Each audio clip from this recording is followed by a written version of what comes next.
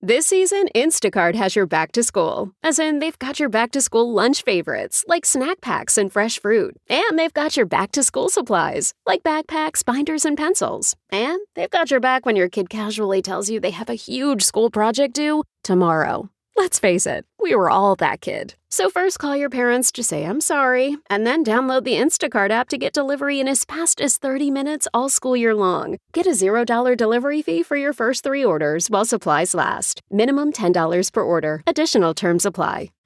Everyone has moments in life they can't just stop thinking about. They can be embarrassing things, like that one time you face planted in front of a group of teenagers, or something amazing like the first time you hosted your family for the holidays. And on Baby, This is Keke Palmer, hosted by me, Keke Palmer, and presented by BMW, we know to savor the good memories and let go of the bad. And one thing everyone remembers fondly is their first time behind the wheel of a BMW. So come join me and BMW this summer as we explore pop culture moments and topics you just can't stop thinking about on Baby, This is Keke Palmer, sponsored by BMW, the ultimate driving machine. Hey everyone, it's Todd. I wanted to take a moment to share something that's pretty personal. This year's been incredibly stressful, and some of you may have noticed that I've sort of pulled back a bit from the Facebook groups and Discord, and I sort of want to talk about why that is. Shortly after Natalie and I returned from the UK, where we got engaged, right around the time that Mikey was leaving the show, Natalie's father was also diagnosed with ALS, or Lou Gehrig's disease. And Natalie and I have been together for 6 years. And in that time, I've come to know her dad as this kind, loving father. And this diagnosis has obviously been devastating for us and, of course, Natalie's family. In addition to the emotional toll, the cost of the disease is overwhelming. And Natalie and I have been traveling down nearly every week, Natalie even more so, to help with his appointments because her mom can't lift him and he can't walk on his own. And so it's dangerous for her to try and get him to these appointments on her own. She just can't without putting herself at risk. The cost of this disease has already been astronomical, and Natalie's parents have spent tens of thousands of dollars in everything from treatment to home renovations to make the home safe and wheelchair accessible. If ALS has touched your or a loved one's life, you know that these expenses never end, and Natalie's parents similarly are burning through their retirement that Natalie's dad spent 47 years building that they were meant to live on for the rest of their lives. So Natalie and her sister have set up a GoFundMe to help sort of offset some of the costs. And if you're able to, I'd be incredibly grateful if you consider donating or sharing the link. It's in the show notes for this episode. It's also in all of our link trees. We'll link to it as well. Or if you want to just go to GoFundMe and you can search for Help Dan Kirk. The full title of the GoFundMe is actually Help Dan Kirk, who is Natalie's dad. Help Dan Kirk with ALS medical expenses. Please know that your support will mean the world to us. And thank you so much for being a part of this awesome community that's already given us so much. And I really do hope you enjoy this episode. It goes places. You better not have no plans tonight. Movie time and it's feeling right. You're looking for a love that lasts. You'll find it at Romancing the Podcast. Ooh, ooh, baby, you had me at hello. Ooh, I love you. I know. Ooh, ooh, baby, you're the wind beneath my wings. Ooh, ah, I'll have what she's having. Listeners, I know you can't smell this right now, but my husband chose right now, as we're recording, to cook some andouille sausage in the kitchen, and it smells fucking incredible. So if we have to cut this episode short, you'll forgive Paige. You'll forgive me. I can't resist the call of my husband's sausage. God damn it, Paige. Thank you for tuning into Romancing the Pod. You had us at hello. I'm Paige Wesley. And I'm Todd Schlosser. And this week, definitely Paige made us watch Dumplin. It is about time we got to this movie, Paige. We've been talking about it for a long time. And as we start, I'd like to light the ceremonial Diet Coke torch. Thank you. Bless the maker, bless the coming and the going of the Diet Coke. So Paige, I don't think it's we that have talked about this movie a lot. And listen, I will now be that person going forward. Sure. But I hadn't seen it. You hadn't seen it. Mikey, I believe, had seen it. And so when we did Angus, we had talked about that. At some point, we would do Dumplin in the future because this is, for lack of a better descriptor, Lady Angus, which is fine. Paige, it's pronounced Langus. Langus? Duh.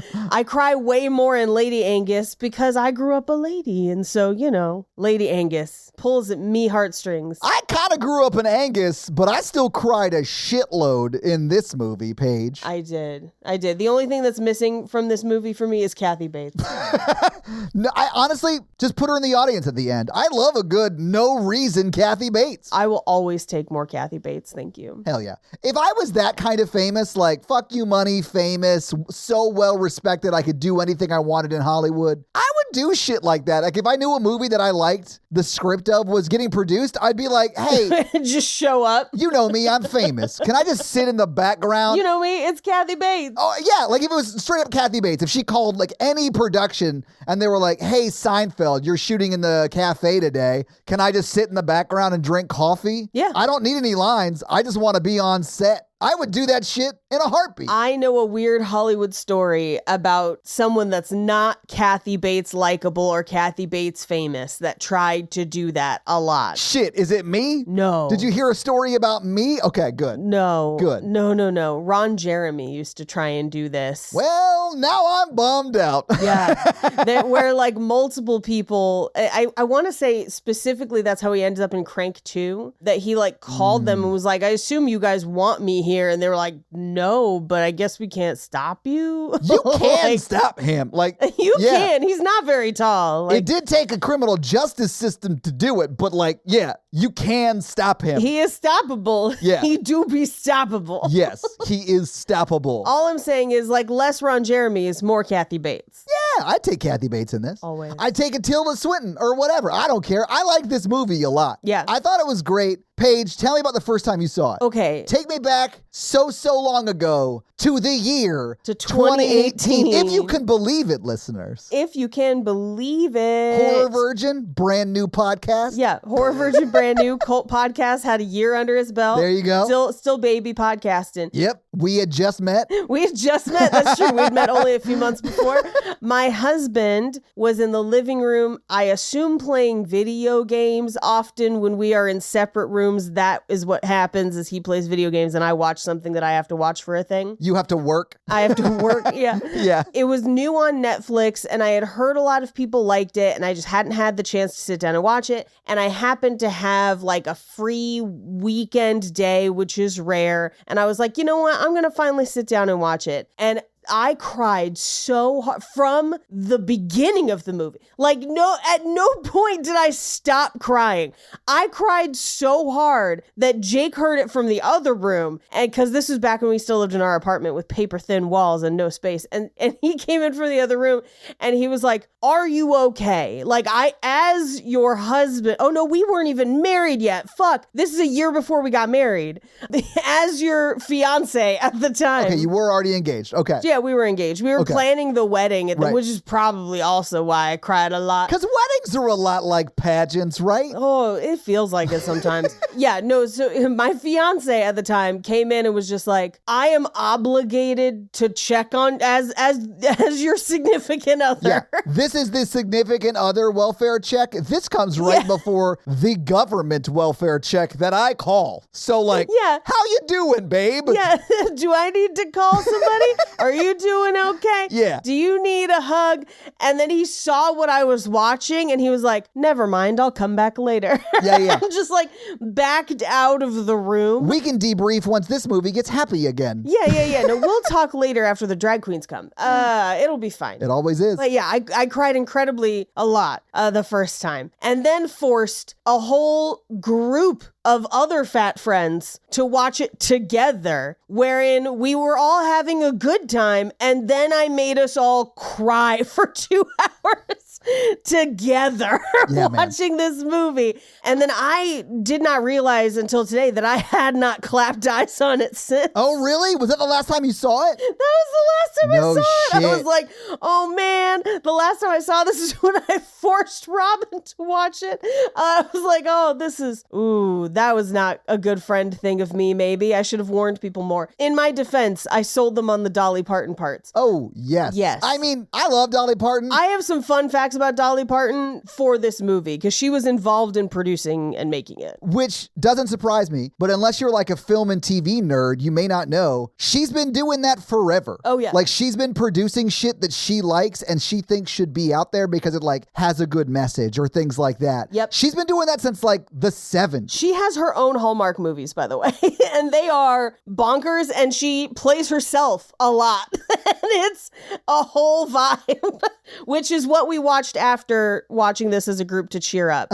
We went and watched some Dolly on the Square or whatever it's called. Here's what I want. Yeah. Bad pitch. Sure. Anytime you see God in a Hallmark movie, it's Dolly Parton. It's played by Dolly Parton. Yeah. Either that or Reba. I'll take either one. I'll take Reba when Dolly goes, right? Actually, no, I'll take Reba for Ghosts and Angels, just like Trish the Water Spirit. Love it. But her and Trisha Yearwood. I want the two of them to like play angels and stuff together. I know that's a weird ask, but sure. Yeah, if you replace Dolly God with Reba God, it would not be the first time I'd replaced a blonde with a redhead. Fair. But I'm here for it. Yeah. Yeah. No, I'm here for that pitch. All this to say, I cried a lot because I feel like this movie represents a lot of, even just from a vague point of view, tough emotional shit that fat people got to go through. Paige, this is your Hereditary. I'm just going to say it. Oh, God. Like, yeah. Hereditary is a scary movie. That's clearly not what I mean by this. I mean, like, Sure. Hereditary specifically gets at my trauma. Right. And this movie specifically gets at your trauma. My trauma. There's not going to be a rom-com about, like, my trauma,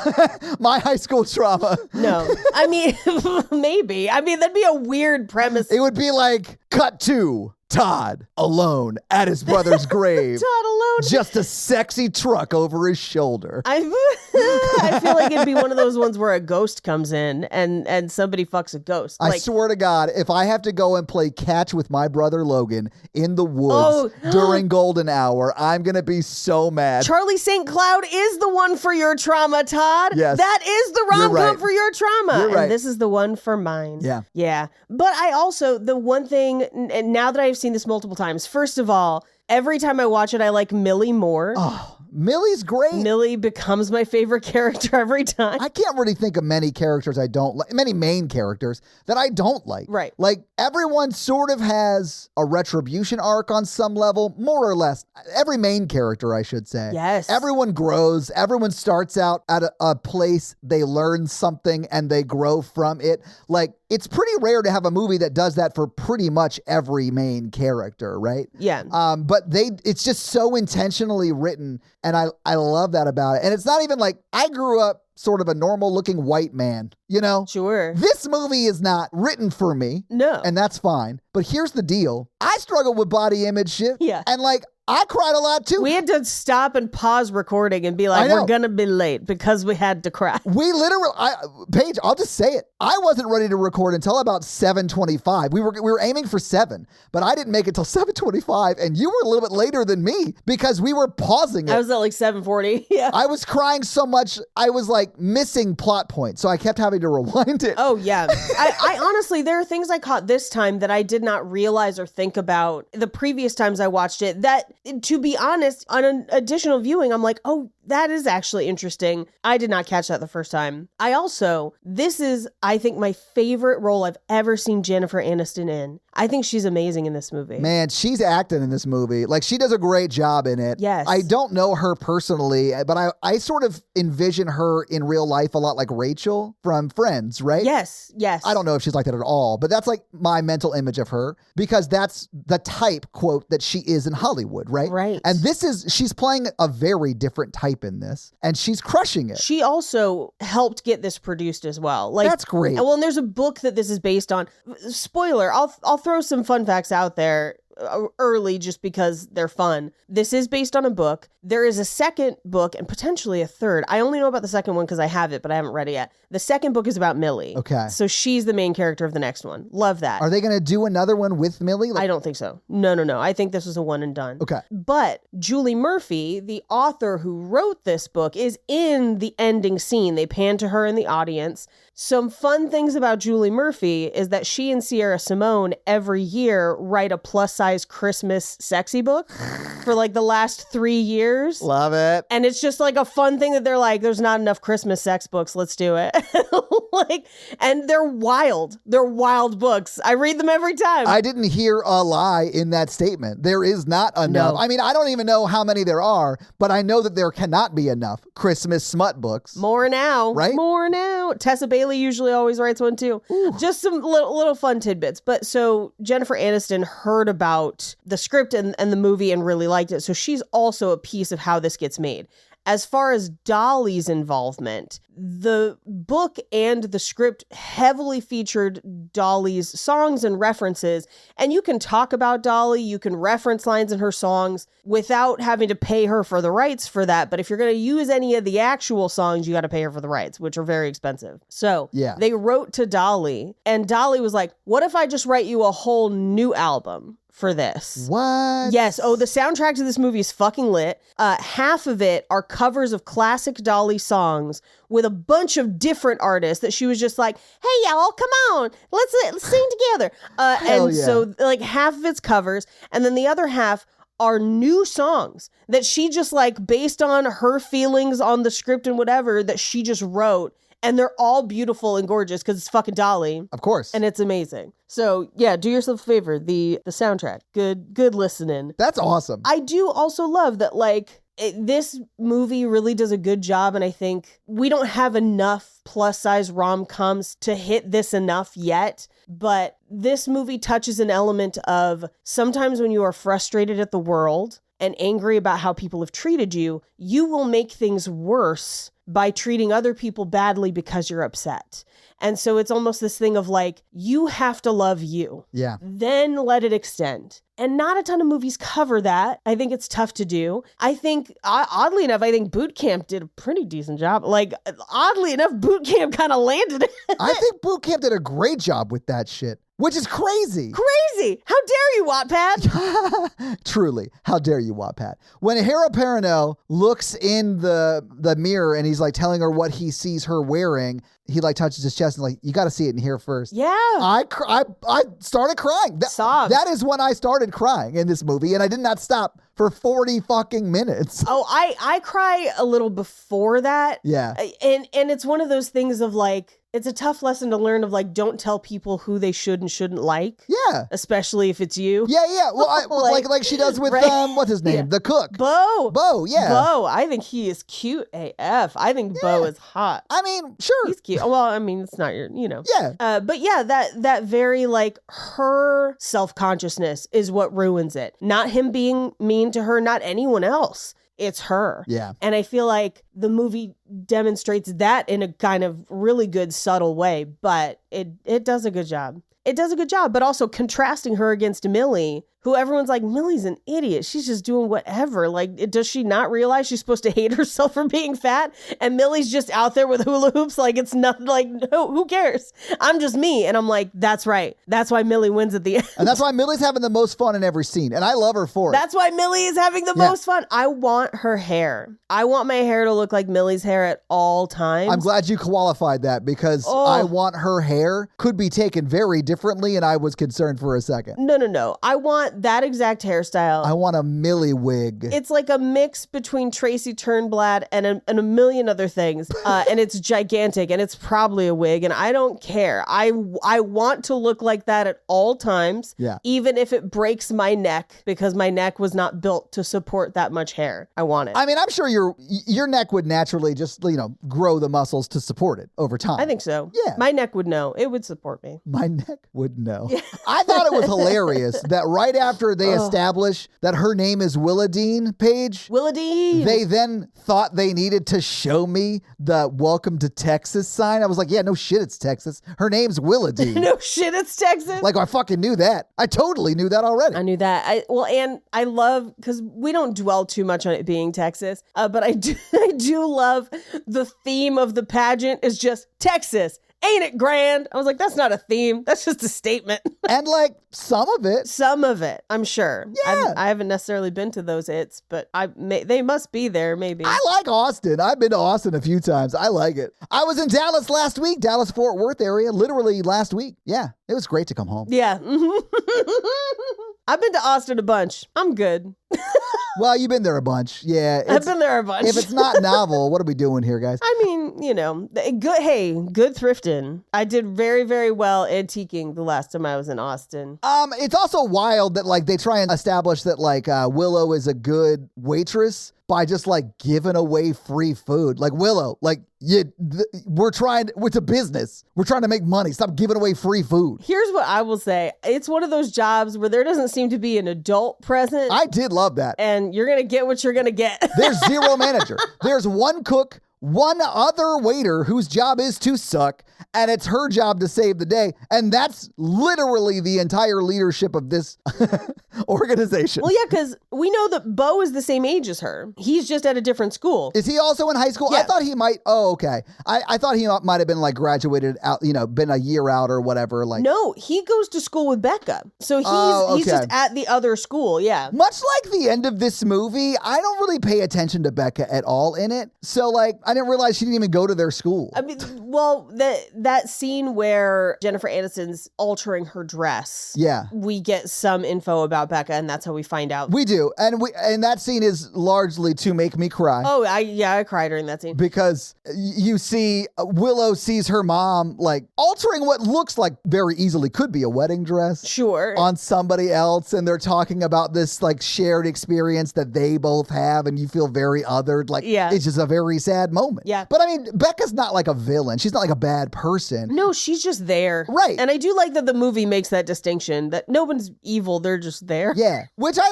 like. I do like that, like, yeah, Becca is what the world sees as attractive and maybe overvalues that, especially in women. Right. But like, she's not a bad person. No, she's just a person. Yeah. And I do like that this movie that is making these points is also making the point that she's just like a girl. Yeah. She didn't create this system that she does inherently benefit from. And listen, as a white guy, believe me, I get it. Yeah. You know what I'm saying? So like, it's a different kind of privilege, but it's still a sort of privilege. Yeah, well, and I mean, we don't get a ton about her, but the little bit that we get is that like her family doesn't really understand her. It seems like is paying for the dress and everything kind of herself. Yeah, like she's doing it. She's like kickstarting her own little pageant career. Yeah, Becca has her own thing going on. But that's another thing that I feel like growing up plus size, I had to learn just because people will like the movie does demonstrate Willadine gets aggressively bullied. But I think with Becca, what they're kind of trying to do is like, it can feel when you are the target that everyone is thinking about you all the time. Oh, Paige. Yeah.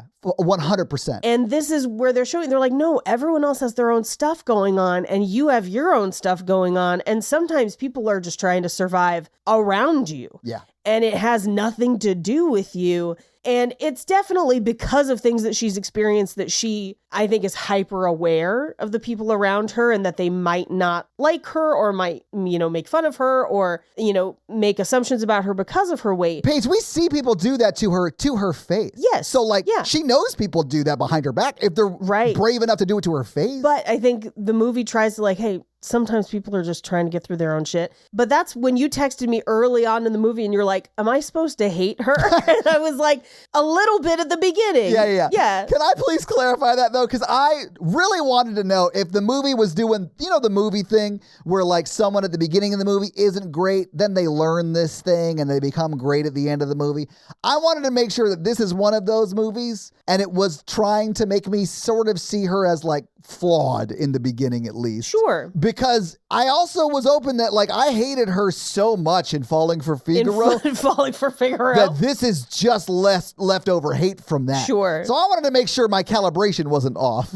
Yeah. By the end of the movie, I love her. And, like, you understand, like, the movie does do a good job of, like, fuck, I understand why she's acting out this way. It's not great that she's acting out this way, but I get it, you know? Right. Well, and I think it does that so that, because, like, if you're me and you see her, you're like, oh, I get it. Like, immediately, because you're like, well, yeah, but you have a shared experience with her. I've been mean to some people because of this. Yeah. Yeah. But I think they do it to bring people like you in who did not live that experience. Exactly the point I was going to make. And are trying to figure out why she's being such a bitch in the beginning of the movie. And I was going to say exactly that, Paige, because I didn't immediately clue into it right away like you did, because you guys had that shared experience. So, like, but the movie does a great job of, like, telling you. Yeah. Whether they show you or actually tell you with dialogue, they're showing you and telling you this story in a way that is accessible to people who don't have that shared experience. Right. You know? But if you have that shared experience, you start crying from, like, moment one of this movie, and then you just don't stop. Sorry. And then you have to record a podcast about it after. And you're like, ugh,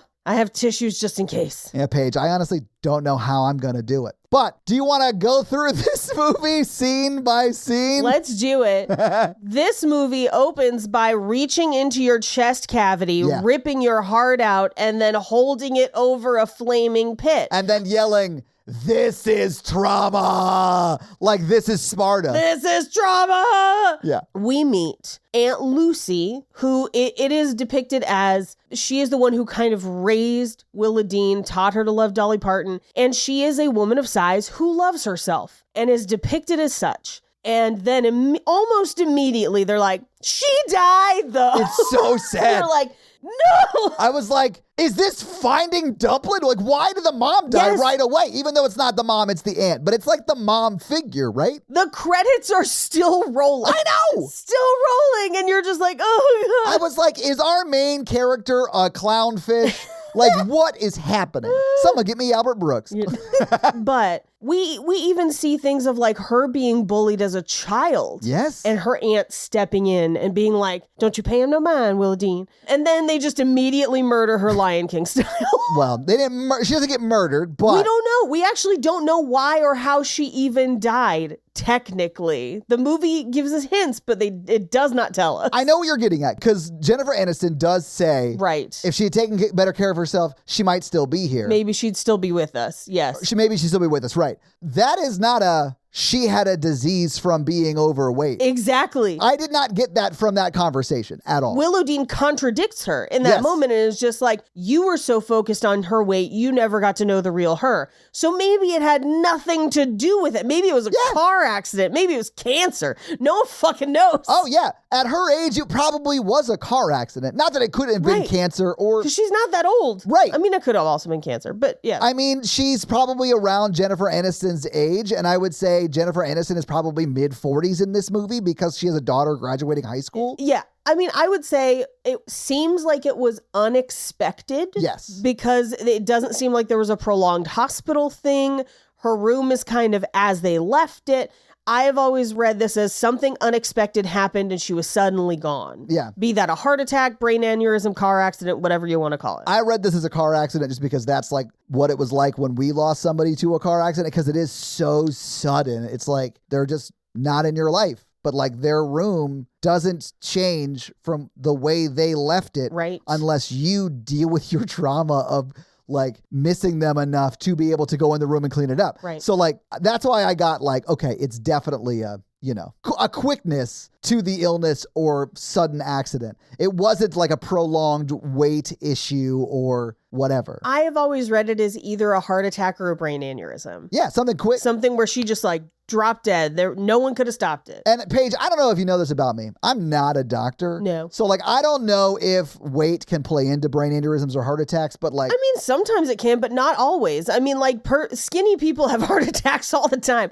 Technically, anyone could have a heart attack or a brain aneurysm at any time. Does that mean that sometimes there are factors that might play into that? Yes, absolutely. There are some things that might make you more likely. But again, that's just likely. That's not a guarantee. That doesn't mean that that's exactly why it happened. Who's to say? She could have been shot in a bank robbery. The movie doesn't tell us. Because that's also, if you want to be like, if she had taken better care of herself, maybe she'd still be with us. If she could have run from those bank robbers. And it's like, hey, don't blame the victim, Jennifer Aniston. But the way they talk about her, I always read it as heart attack or brain aneurysm, something like that. And I also have not read the book, so. Hey, if her aunt had been doing that cardio, she could have got away from Jesse James. That's all we're saying. That's all we're saying. She could have been a quicker draw in that shootout. Yeah, Billy the Kid wouldn't have touched it. Look, when she skydived at too low of an altitude, like, we don't know. We don't know what happened to Lucy. Are you saying that she was Jane Dillinger? I'm just saying that she could have died from any of the pre-planned obituaries that 30 Rock had, where that tornado hit that handgun factory, or when the sharks gained sentience and were aroused by our screams. Like, there's any number of things that could have happened to her, and we don't know. The movie never definitively tells us. It doesn't. But it does tell us in the credits that this great aunt figure who was more or less raising our main character just up and died. Now, something that I thought about a lot on this watch, having seen the movie a couple times and knowing that this happened, is something that actually gave me a lot more sympathy for Jennifer Aniston. And it doesn't come up until later in the movie, but when we're seeing all of this, of how wonderful Lucy was, how she was the one that was always there, and how she's like, well, my mom didn't really connect with us. She wasn't really at the Dolly parties. We're seeing this from Dumplin's point of view. We're seeing this as Willa Dean perceives it. Yeah. We will find out later that what really happened is that her mom is a single mom working to try and support them and can't be there. Yeah. And Lucy is the only option for childcare that doesn't cost them money. And Lucy, perhaps for one reason or another, because we really don't know that much about her, we only know what Willow Dean tells us. And so, like, as an adult looking at it, I'm like, what was Lucy's life like? Did she feel trapped in having to raise Willow Dean, who's not her child? Could she not work? Did she have a job that we just don't know about? There's so many things we don't know because we are locked in the perception that Willow Dean has of she was perfect and great and wonderful and mom is awful. And I think that will change over the course of the movie, but they do a very good job of kind of selling us this one version and then slowly revealing the truth as it goes. The thing is, I knew the truth all along, and that's what made me hate her a little bit in the beginning. Sure. Because she is treating her mom, actual mom, it's almost like she's a dad character and the mom passed away. Sure. And now the child is mad at the dad for not like knowing them very well. You know, it's like that sort of a vibe, except it was Jennifer Aniston. Like, Jennifer Aniston there wasn't a guy in her life to help raise the baby. So it was like her and her sister. There's another element to this too. Yeah. That we don't find out until a little bit into the movie. And that's that Jennifer Aniston used to be bigger as well. And she lost the weight. Yeah. And so now there's this dichotomy of, I was with someone who understood me, and now this person doesn't. And not only doesn't understand, but actively got rid of a thing that I am. Well, yeah, and Paige, like the parental figure in your life who, because they didn't, quote, lose the weight before high school or whatever, right, had all of the same shared experiences that you did, just in like the 80s and 90s instead of now. Right. Like, they are a much better resource for you going through those moments yourself, right? So like that is such an immense loss to her, even though it is not her mom. Right. And the movie, because the movie's about Willa Dean, it's not about her mom necessarily. I mean, it is a little bit, but it's like, she's got an arc, man. So yeah, but it's mainly about Willa Dean. She's got an arc, but it's almost one of those things where it's like, we don't have time in this movie that is already almost 2 hours long to examine the societal structures that have maybe predisposed her mother to disordered eating and tying her worth to her body image that may also be impacting Willow Dean in this movie, because she's gonna feel unwanted when her mom is constantly trying to get rid of everything she is. Yeah, I have some... I have some complex feelings about her mom in regard to all of that. I also think her mom's just trying her best and existing in a world that tells her she has to be this way. So like, I have a lot of sympathy for her mom. Yeah, me too. It's like a complex thing, right? Right. Because like, if she wanted her daughter to have all the opportunities that like exclusively are for, at least in the way that this movie positions them, Sure. for quote, pretty girls, end quote. Yeah. She wouldn't be spending her free time propping up a contest that feeds into that. She would be doing things that are trying to make it so that that is not as important. And I'll say that like, she could have done that inside the pageant. She didn't. Her daughter joined it and did it with her friends. Right. So like, I'm sort of like, I think Jennifer Aniston has a great arc in this movie. I don't think she was a great mom, and I don't think she was a great like steward of her children's future. And that's like, it's hard for me to square in the movie, but I do think that like, she's a great mom by the end of it. She's learned a lot by the end of it. I think if she had it all to do over again by the end of it, she would. You know what I'm saying? Like, people learn things when they learn them in life and then can act accordingly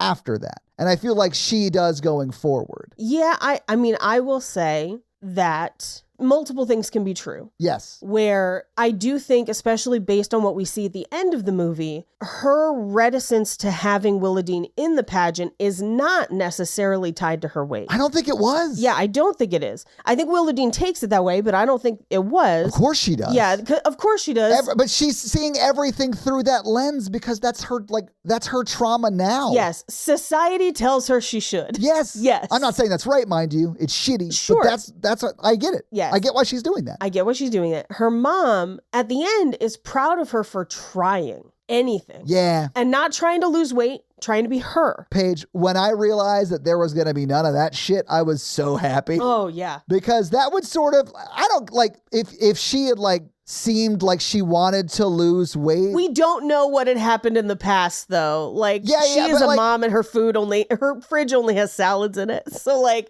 there's probably a little bit of some maybe diet culture happening in the home. It is just not depicted much in this film. Yeah, I mean, and that does happen in one scene. So, like, I can see why you'd say that, yes. But honestly, food doesn't come up a whole lot in the movie, which I like. I also like that cardio doesn't come up a whole lot in the movie. For two reasons. I feel like it would sort of betray the message of the movie because it would be her changing her body when the movie is telling us that she doesn't need to. Right. And also, cardio is boring to watch. So, like, I'm glad we didn't have to watch it. Does that make sense? I do love that the cardio that we get is Millie just being like, I'm trying to blend in. Yeah. And she's like, girl, you can't. What are you doing? I will just say, when I said two things can be true, I accept that she can accept her daughter for the way that she is, and that is probably a new thing emerging for her, while still having negative self-image based on a society that says that she has to be thin to have worth. Yes. Yeah. So back to my weird, not correct, crazy theory about this movie. Sure. Are you ready? Yes. This isn't even about the movie necessarily, but about how the characters came to be. Okay. Willadine and Ellen in the writer's mind are real people. Okay. Millie and Hannah are Willadine hyper-feminized and masculinized. Interesting. Okay. So it is Willadine as a base character, but then femme turned up to 10 and then masculine turned up to 10. I would say that there are more archetypes of people who are probably left out. Oh, I think so too. And I think that's why Yeah. it plays so well. And I fucking love Hannah, like just full on not giving a shit like most of the time. Hannah looks great in that swimsuit. Like, she looks like Tomb Raider. It was fucking awesome. I know. When she walks out in her black swimsuit, looks great, but fucking combat boots on, I was like, I loved it. I loved the whole look. I was like, should I wear a swimsuit with combat boots? but Paige, you see her looking at the judges. And we're seeing it from the judge's perspective, looking up at her. Yes. And she is straight up judging the judges. And then She just stares them down. I love it. yes, it's great. And then when she feels like they're done looking at her, she gives them a thumbs up and just walks the fuck off I stage. love the thumbs up. Just like, yeah. I was like, Hannah's my favorite. I love you so much. Please. Hannah's great. Never change. I love Millie because I feel like Millie serves two purposes. One, she is the girl that would desperately want to be included but is left out. Whereas Willadine is the person who's like been hurt so much, she's like, why would I want to be included in your shit? Where deep down, she still probably wants to be included in that shit. Of course she does, but she's had her hand slapped so many times by trying to enter the group that she's like gun shy to do that, which like I totally get. But I think what Millie represents is the person who is indefatigable. It's just like, but it is almost the idea of like, if you start to let go of what other people think, look at what could be, which is great. Yeah. No, that's which like we sort of do, right? Yeah. Because she's the one that I guess doesn't win, but. Well, okay, because real talk society, like this is the thing. Like I kind of appreciate that she gets second runner-up. First runner-up. Which is second place. Sorry, I hate when they do that. I'm like, it's second place. Just call it second place. I hate it too. It's so confusing. Stop doing it, pageants. Hate it. This is going to sound terrible. That second is first. Because those judges could not, in Texas pageant culture, give it to her, but they wanted to. So it's like Becca's the one that they think they're supposed to give it to. Millie's the one that they're like, this is the person who really should have won. But that we can't do that and like not have a riot on our hands from people who are assholes. Yeah. Unfortunate, but still. You notice we don't even see Becca's talent. That's how unimportant it is. That's how much of an afterthought she is as a character. Paige, I was 100% going to say, like, I remember everyone's talent except for Becca's, which either means they did show it and Becca's performance was so amazing that it was as boring as it should have been and I forgot it. Or they just didn't show it. We saw it in the prelims where she has to get it approved and she's a baton twirler. Nice. But like next to Millie or next to the magic thing and next to like next to the puppet, it's kind of like, baton twirling, which can be amazing. Trust me, I've seen Miss Congeniality. I understand. But like, I think them not showing a lot of Becca's performance is really them being like, they were going to pick her anyway. Yeah. But second is still an achievement. Like you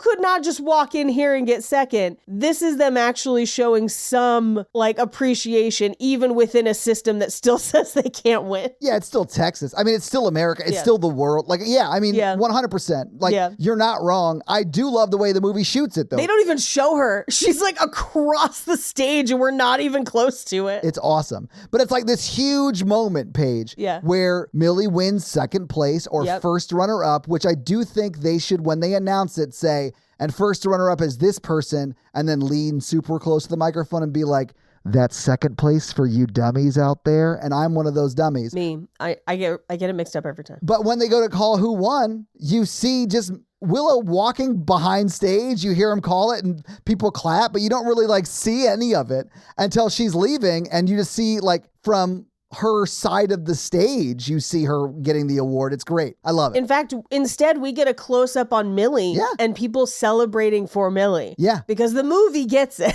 Yeah. Texas and beauty pageants in America and the world. I'm not trying to pick on Texas. Like, it's a problem that exists everywhere. But like, we don't get it. We got to keep talking about the plot. Fuck, I'm sorry. No, it's okay. It's okay. Layers. I know, layers. So Lucy is dead, unfortunately. And we open on Willadine and Ellen, who is her childhood friend, that is still her friend, but is thin. And that is important to note within the film. Yeah. They are at the pool and some assholes that go to their school keep jumping into the water, calling them whales. And they're also calling Millie, who is sitting on the side of the pool, a whale as well. And this is kind of our first impression of Willadine, where we kind of know that she's upset and in her feels and not in a great emotional place, because she's like, geez, like, can you believe Millie Mitchellchuck? Like, I'm fat, but I'm not clueless. And I love that Ellen says, I don't know, she seems happy most of the time. Truth.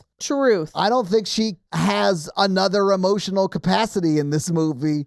She is always in a good mood, it seems, and always down and like game and like nice. Good for her. It's great. I love it. Yeah. Good for her. It also made me a little sad when she was like picking on another person of size. I was like, you don't need to do this. No, it happens. I mean, here's the thing. Society pits women against each other in general. True. But even as a fat person, because you are the object of ridicule so much, it is very easy for you to be like, well, I'm this, but at least I'm not that, and point at the next person down. You're literally punching down to the next person so they can punch down to the next person. And so that they don't punch you. Yeah. And it's like, you can't do that. You got to be like, hey, we all can take up our space in the world, and Yeah. it's fine, and we can be happy. Everybody is different. Everybody is valid and worthy. Everybody is a swimsuit body. Everybody is a swimsuit body. But this is a thing that I only caught on this viewing. Callie, who is Ellen's friend from where she works at Sweet 16, which is set up like a Forever 21. Yeah. And I did not catch that until this viewing,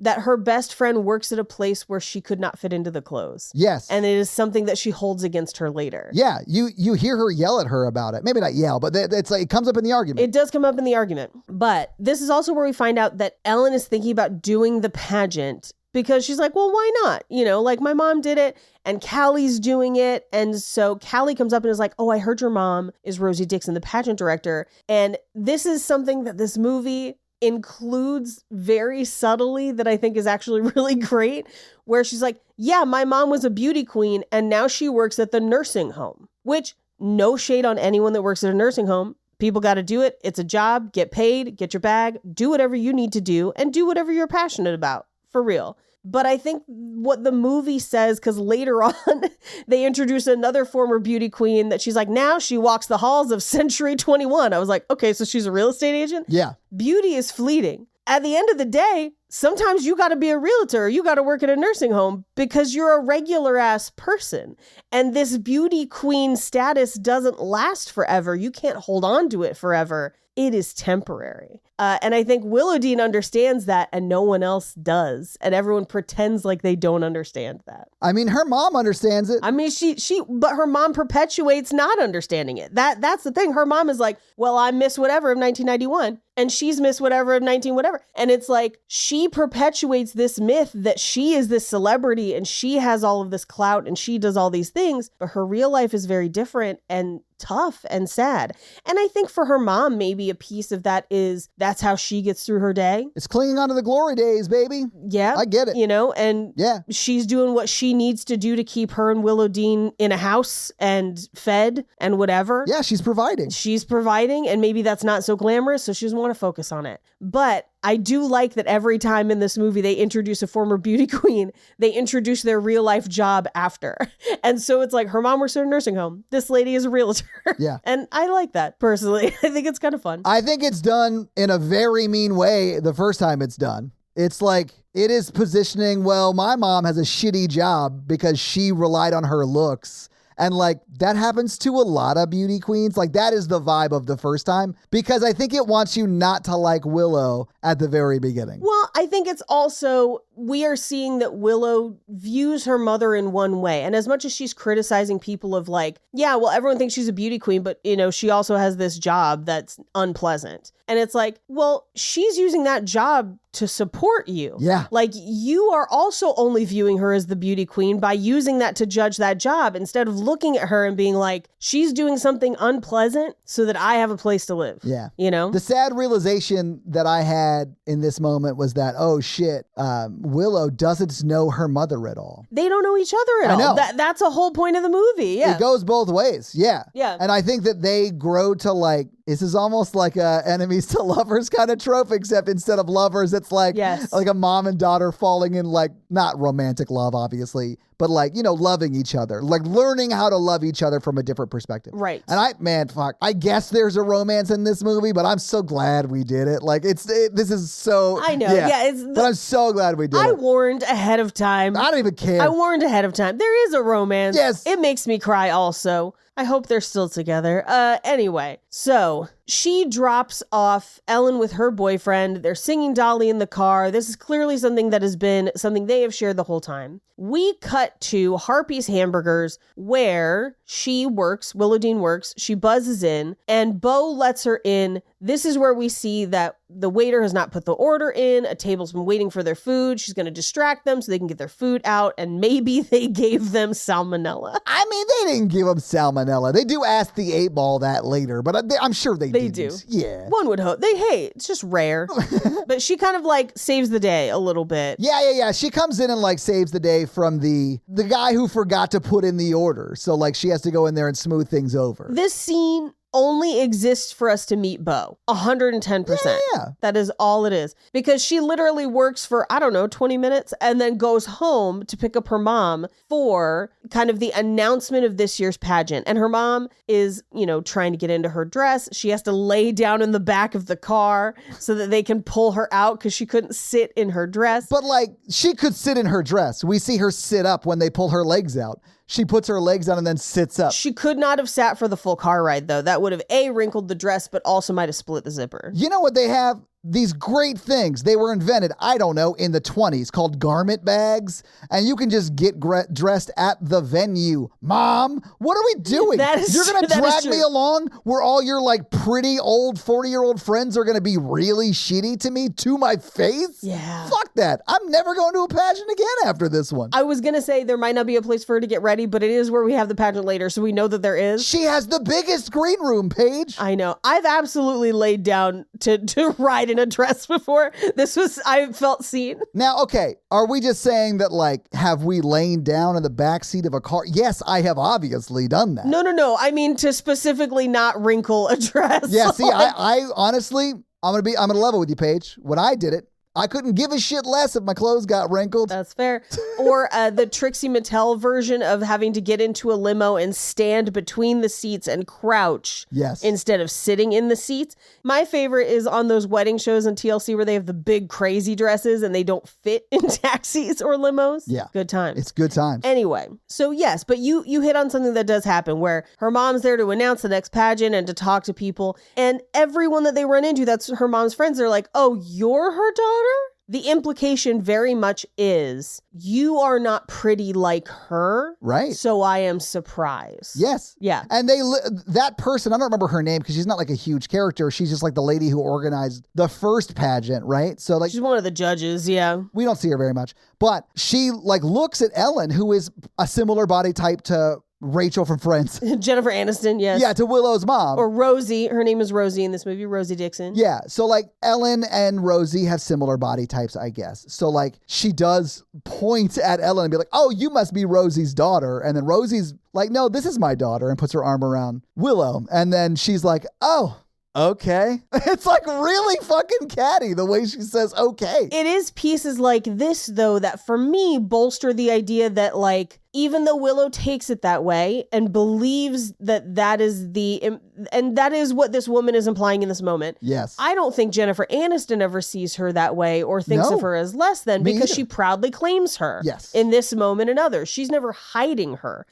so yeah. Yeah. But the movie does a great job of it, showing you exactly why, Willow hates people who are conventionally attractive that also treat her like shit. That is very clear through line. And honestly, she should, because no one should treat you like shit. Yeah. Well, and I'm sure even people who didn't intend to treat her like shit have still marginalized her too.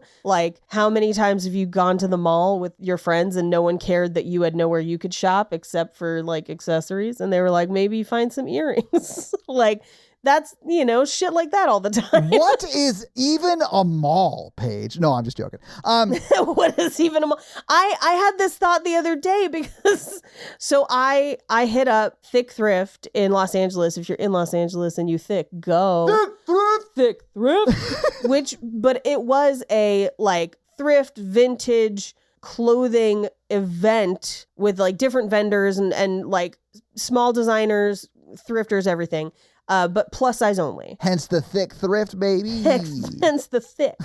And it was very, very freeing to go to any stall and pretty much anything would fit or close to it, which is an experience that as a person of size, I have rarely ever experienced and only really good to experience now as an adult with disposable income in a city that has enough fat people for us to collect and make events like this. But it made me think of I don't really shop in malls. I don't go to the mall because why would I go there? There's nothing for me to buy there unless I'm buying going to the Lush store or whatever. It's a place that excludes me so much I don't even go anymore. Yeah, I'm not even of the generation that would like go to the mall to hang out. I would. I like a mall, but ain't nothing before me there except Wetzel's Pretzels. I mean, I only go to the mall if I want a great New York slice of pizza and I hit up that Sbarro. Yeah. By the way, I'm joking. I like Sbarro. I don't love Sbarro, but there's nothing in a mall for me either, Paige. Like, Yeah. I own GameStop stock. I'm not going to a store. Come on. No, but like if you walked into any men's clothing store, they probably have your size. That's fair. And you're right. This is why I live in fear of losing my luggage. Oh. Because like if my bag don't get there, like shrug. Do you do that thing where you pack some clothes in a... Yes. Always. Yes. I do that too. Always. But like I travel a lot for work, as you know. Sometimes I don't even check a bag. It's all carry on. Sure. But when I go to the conventions and I'm there longer, I will pack a suit or two, but I throw a blazer in my carry on just in case, Yeah. So like, it's different for me. I could fucking run to like any store Yes. and buy khakis and a polo and be fine. Right. Like it's just a different ask for you. Yeah, I have learned from being on the road as a comedian that Walmart always has my size, but does not necessarily have the clothing I need for the event I need to go to. And I can't not check a bag because of the liquid requirement because I have makeup. Yeah. So like it's a double whammy. Yeah. So yes, I usually do pack something in my carry-on. In Japan, there was only one store that carried my size, period. Thankfully, it was 2 train stops away. But like... That's actually not bad in Tokyo, if you were in Tokyo. It's not bad. Yeah. We did go. It was great. And then I ate the candy strawberries and I was very excited. But like... Ooh, you can find anything in Akihabara. All this to say that like, this is why she has this kind of wall built up Yes. and an animosity, like almost right off the bat towards thin people, because thin people have made her life difficult her whole ass life. Yeah. And I think she's been made fun of by enough, like, So much. and not even like necessarily thin people, but like, people who aren't of size, maybe. I don't know how you're supposed to say it, but that, right? I say fat. Reclaim it. Well, Paige, I feel like you can. If it's not bad, then say it, right? Yeah, I don't. Just say it. It doesn't bother me at all. Like I don't know. I mean, here's what I will say to simplify it. I am fine with the word fat because I think it's just a descriptor and has no positive or negative value in the word itself. Do I feel like the intent when you say the word matters? Yes. Oh yeah, because you could be like, "Yo, you're fat," or you could be like, "Yo, you fat." You know what I'm saying? Those mean different things. They do mean different things. And if you're just saying it to be like, you are a larger size than this other person, that is not intrinsically good or bad, but there is a word to describe that, and it's this. All you have to do is add a C to it. It's a fact. Fact. Boom. In the plus size community, fat has been embraced as, like, we'll fucking say. I have a shirt that says fat bitch that I love wearing. I've seen you wear that shirt. It's great. I also have a chain that says ham beast. So, like, clearly I'm a little more free with the nomenclature, but I have no problem with that word. Yeah. And that descriptor. That's fair. You could also just say plus size. Yeah. She's plus size, but that only refers to clothes. Yeah, fair enough. But yeah, they are kind of dicks to her at this pageant. We cut to the next day where they are all talking about signing up for the pageant at the pageant. The next day she goes to work, and in her work locker is a magic 8-ball right next to Beau's locker. Paige, there's too much 8-ball in this movie. I didn't want to bring this up. It's so much. I love a magic 8-ball Paige, personally. This is the first time anyone spent this much time with an 8-ball where the script No Holds Barred wasn't produced. Oh, fair. Like, there's so much 8-ball in this movie. Okay, here's my favorite part of the 8-ball is that sometimes they don't tell us what it says and we are left to infer. And I love that. I love that too. Yeah. So, but most of the time, Paige, a character on the screen gives it away pretty obviously. Some of the times they don't though. And that. Yes. Yeah. We understand even if we don't get the, Yeah. But this is one of those scenes where we don't even get the question, but we get the answer, and we know the question because of the answer, and I love it. I feel like we sort of knew the question before. Yes. Because the way, this is a great example of showing and not telling, which we talk about pretty often. Yes. Like we see her look at the 8-ball, and then she looks up at Beau's name on his locker. Yep, and shakes it. And like she looks at it like it's deep into his eyes. Yep. And then doing that shakes it. She doesn't look back at the 8-ball necessarily. Yep. She shakes takes it looking at it and then looks down to see what it says. It's great. You totally understand what she's doing. And it says, as I see it, yes. And listen, the 8-ball doesn't lie in this movie. It never lies about Bo, because later she sees Bo talking to people and shakes it again and it just says no. Where it's almost like the 8-ball is like, it's you, girl. That's the answer. The 8-ball is the only one that believed in her this whole time. This whole time. The 8-ball knew it. And it's actually the very, very next scene, because she walks out back with the 8-ball and sees him and shakes it again. Yeah. But he comes back from that group of friends and is like, hey. And she's like, thanks for the 8-ball, which, by the way, have you ever had someone buy you a gift and then only want to be your friend? Like, gifts are, I think her friend Ellen is right, where like a dude would never do this unless it was like, I don't know. I feel like if there was any hint of a relationship and you bring a gift into the mix, you've kind of... Paige, let me say it this way. If there are vibes, Sure. and someone gets me a gift, okay, they're clearly interested. Right. If there are like friendly vibes where you're just a friend, like you're just like hanging out with Biz Marquee on the daily. That's a little different. Like you work with them or something. Like I could see how you might get them a gift, you know? So there are definitely situations where I bought someone a gift that was of the sex that I'm attracted to. Sure. And I didn't want to like hook up with that person. But she's not wrong. In this movie, that is what... She's not wrong. It's like if you see them interact at all, Bo's into her. And like if you have those vibes and he buys you a gift, he's like, yo, let's 8-ball and fuck. Like, what are we doing? Like, I don't know what the Netflix and chill equivalent would be with an 8-ball, but that's what he would like to do with you. I feel like he's incredibly intentional and open and does not play games with her. It's one of the things that I love about this movie. We are never unclear about where he stands, I think. No. We're unclear about how she feels about it and how she internalizes that, but he is always very open about how he feels. She's doing that thing that like I did in high school where like a girl would be like talking to me and I'd be like, oh no, she's just nice. She just wants to make sure like everyone felt included. It's fine, you know? And then like that same person would be like, hey Todd, do you want to come back to my place and we can study tonight? And I'd be like, okay, but she's just like nice. She just needs help with her math homework. There's nothing about it. Like, so, and then I would get there and she like her parents wouldn't be there and like it would just be me and her. And 4 other dudes. No. That wasn't this time. But you know what we did, Paige? Just studied. Because I, in my mind, was like, oh, clearly she just like really, we do have Coach Douth that's like a pretty rough teacher. We have that test coming up. Like I get, like, yeah, I mean, we had to study. Really got to study. And then come to find out at my 10-year reunion that she really wanted to hook up with me that night. And like, I'm an idiot, Paige. Listeners, I want you to remember the story Todd just told, because we're going to come back to that story later on when they're parked in the pickup truck and talk about how our own insecurities and our own view of our self-image can sometimes block our blessings. Paige, I cried. I did. I sobbed really hard. When she left that date because she doesn't feel worthy enough to date someone like fuck. Because he touched her chubs. And I was like, girl, it's because he wanted to touch them chubs. Yeah, he touched where he wanted to touch. Yeah. That's a hard thing to learn sometimes when you've been told that all those parts are awful. No, and Paige, yes, we are told that. Yeah. Everyone in society is told that. Yeah. But like, Bo's clearly into you. So like, let him get handsy. You know what I'm saying? If you're comfortable with it, I'm not, whatever. Yes. You know what I mean.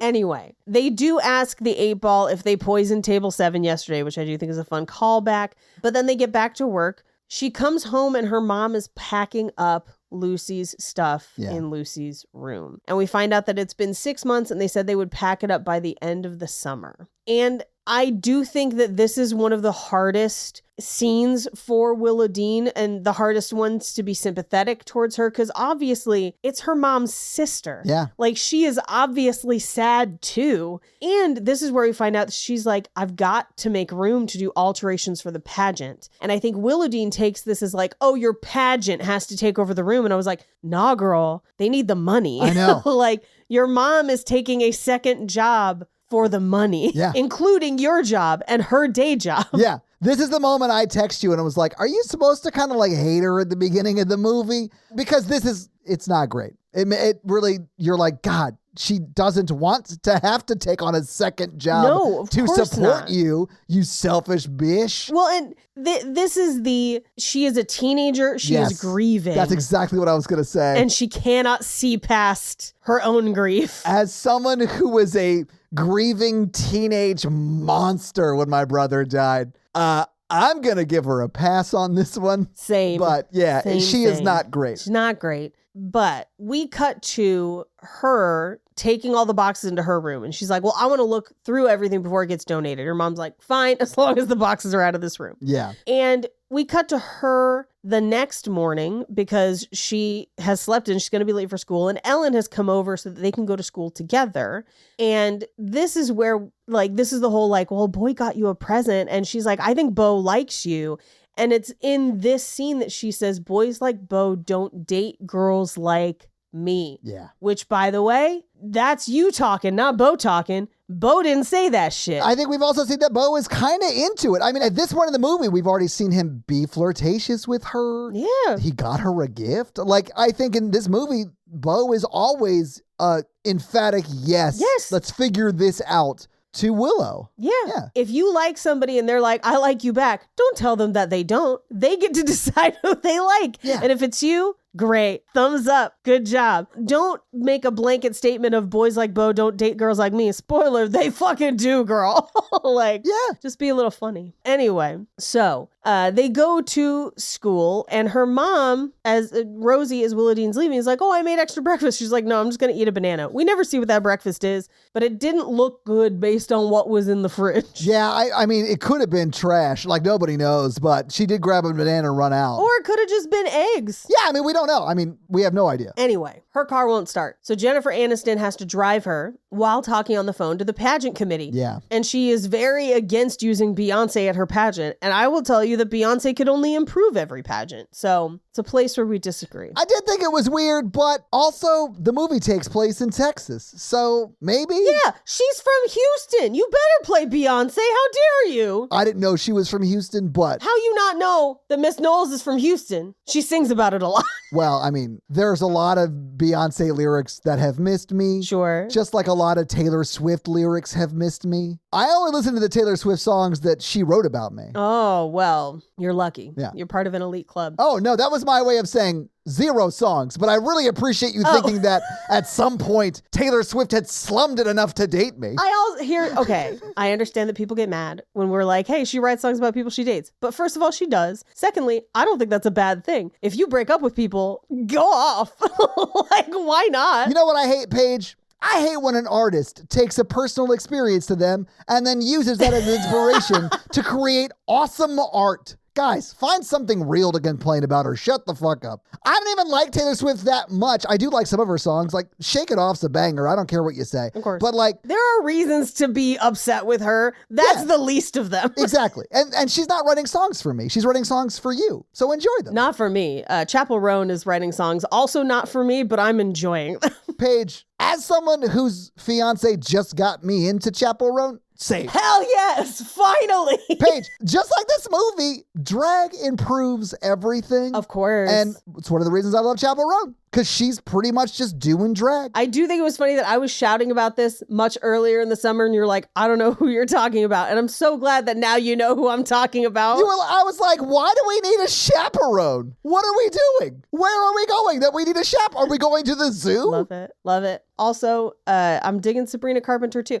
And I mean, who could forget Charlie XCX? It's honestly, it's a lady singer-songwriter summer, and I'm fucking here for it. Anyway, as she gets out of her mom's car, she left her phone, and her mom calls after her, but calls her Dumplin. And we see it like a ripple effect through the school of the kids suddenly like, oh, Dumplin, and immediately weaponizing it against her. Yeah, literally, the nickname Dumplin beats her into school. Yeah. Because everyone hears it, and then she has to go back to get her phone, which is why her mom was calling out to her. And so by the time she gets her phone and goes inside, people inside are already prepped to call her Dumplin to her face. Which is like the worst nickname for her, right? Like, I don't hate it, but you know. I mean, yeah, but like for someone who is struggling with the issues she's struggling, sure. Her mother is at best unconsciously inconsiderate. Yes, I would say unconsciously inconsiderate, except for the fact that we've seen now in the movie at least 2 or 3 times where she's been like, please don't call me Dumplin. And she continues to do it. I know. Well, that's what I mean. Like, I don't know that she's doing it maliciously. Sure. I think that it is her habit to call her daughter Dumpling, even though her daughter hates it. But I think she does it reflexively more than like, I'm going to call her Dumplin until she loses weight. Like, Yeah. I don't feel like there's a motivation like that, like a sinister motivation behind it. No. Yeah. I think she's just too, like, listen, I'm too busy to learn what name you want me to call you. It's like that kind of vibe. Yeah. Less, which is still not great, but it's not like she's like trying to shame her with it. I don't know. It's Right. It's not great either way. I'm not sure it matters because it still like gets the school calling her Dumplin on her first day of what I assume is her senior year, but I'm not sure I know. Yeah. But yeah, Yeah, I think it's that's like the worst way to start the school year. Your car breaks down, your mom gives everyone a great, terrible thing to yell at you all year. Like, it's just the worst the first day. Yeah, well, and we watch as the same guy who made fun of her for being called Dumplin makes fun of Millie, and she's just like, that's fucking it, and knees him in the balls, and they suspend her, which again is one of those things of like school ignoring bullying until it goes too far, because we know this is not the first time she's been bullied. We have seen it multiple times. We've seen it multiple times on this one walk into school. Yeah. She's bullied by multiple people on the way in. Well, we've seen Willow be bullied multiple times. We didn't see Sure. Millie be bullied more than the one time, but Yeah. I think it's safe to say she had the same gauntlet to run, you know? Probably. So, like, that guy got off easy is all I'm going to say. She probably also faced people being like, I know you're being bullied, but what if we gave you an extra like thing of PE or set you up with a nutritionist so you won't be bullied instead of punishing the people bullying you? Yeah. Like, that's a real like, oof. Anyway, when her mom picks her up, she's like, why the hell did you knee somebody? And she's like, because you called me Dumplin and then they called me Dumplin. And she's like, it's just a nickname. And she's like, no, it's a name that suggests that I got it because I don't look like you and I don't fit into your world.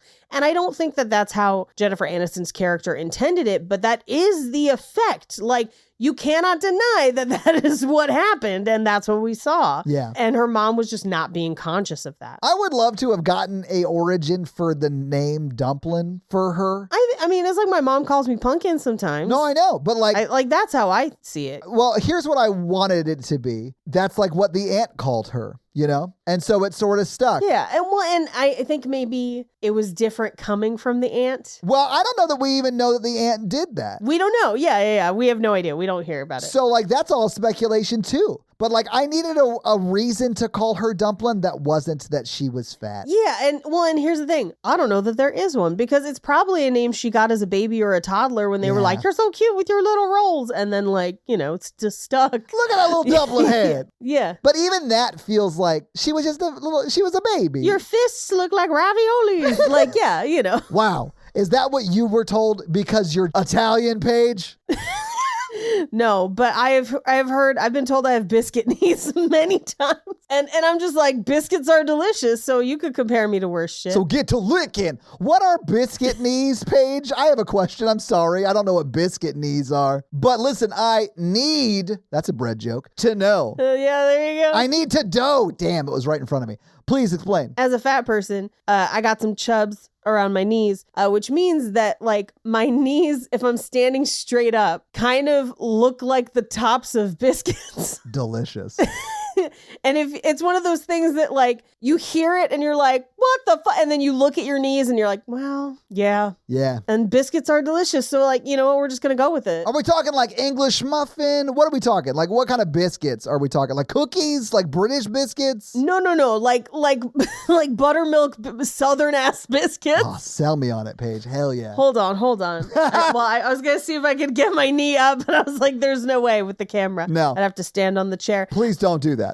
No, it's an insult that has been leveled at me at roast battles so many times, but I don't stop exposing my legs on stage. So you know what? Biscuits are delicious. Jesus is a biscuit. Let him sop you up. Paige, next time, just bring butter. God, I should. Just butter them knees I up. should butter my knees. I mean, I guess you don't have to. It will have already happened by the time this is out, I think. But I happen to be battling another fat woman. Heck yeah. And we coordinated and got matching shirts. with like personalized shirts where her name is Minnie. So hers says minivan. Hell yeah. And mine says the whole damn book, because people are always like, page more like chapter. So no, the whole damn book. Love it. And they match, and it's going to be a good ass time. That's awesome. Right? Yeah. It'll be fun. I love it. But next time, after that, I'll butter my knees. Hell yeah. And then when you exit, you just like get a little run and then just drop to your knees and just do a slide, like a knee slide off the stage. Because your knees are already greased, baby. They're already greased. They're already greased. This episode is sponsored by AutoTrader. Credit scores, down payments, interest rates. Car buying can be a numbers game, but you don't have to be a math expert to get the keys to your dream car. Just use Kelley Blue Book My Wallet on AutoTrader. Crunch your numbers and get your personalized results so you know exactly how much you'll pay each month for your car. It's like having a magic wand for your wallet. Presto! The car you've been wanting is now within reach. So hit the road and leave your calculator at home. Find your next car on autotrader.com. Getting the smile and confidence you've been dreaming about, all from the comfort of your home, isn't a total mystery with Bite Clear Aligners. Just don't be surprised if all your friends start asking, what's your secret? Begin by ordering your at-home impression kit today for only $14.95. Bite Clear Aligners are doctor-directed and delivered to your door. Treatment costs thousands less than braces, plus they offer flexible financing, accept eligible insurance, and you can pay with your HSA FSA. Get 80% off your impression kit when you use code WONDERY at Byte.com. That's BYTE.com. Start your confidence journey today with Byte.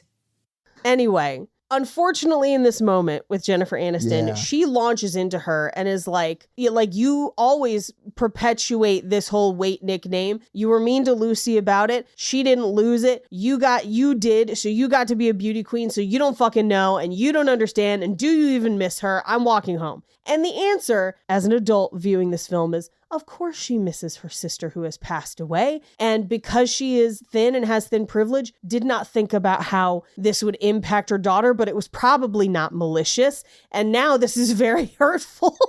Like, brutal. It's brutal. I cry during this scene every time. It's so hard. It's just like, you sort of hate Willow for this, but Yes. she's also a teenager who lost like her maternal figure recently. Like, So within 6 months. yeah, that grief is going to come out sideways for a year at least. Like, Oh, yeah. I think the movie does a little bit of a disservice to not showing you the immediacy of the death. Because like it seems like the death happened years ago at the very beginning. And then it's revealed that it's like 6 months and you're like, oh, Right. some of this is starting to make more sense, you know? Well, and this is also the first pageant season without her. Yes. And I think whether Willow Dean wants to admit it or not, seeing the pageant is a reminder to her of all the things that her mom is and she is she's not. Yeah. And I think Lucy was kind of a shield for that, of like, I'm not it either, but who cares? Like, let's go to the pool, slushies. It was literally like, I'm not that, and isn't it great? And here's why this life is fucking awesome. Here's how to live it amazingly. Right. And I do think if Lucy had lived until Willow was like 23, 24, 25, Willow wouldn't have any of the issues that we see her get over in this movie,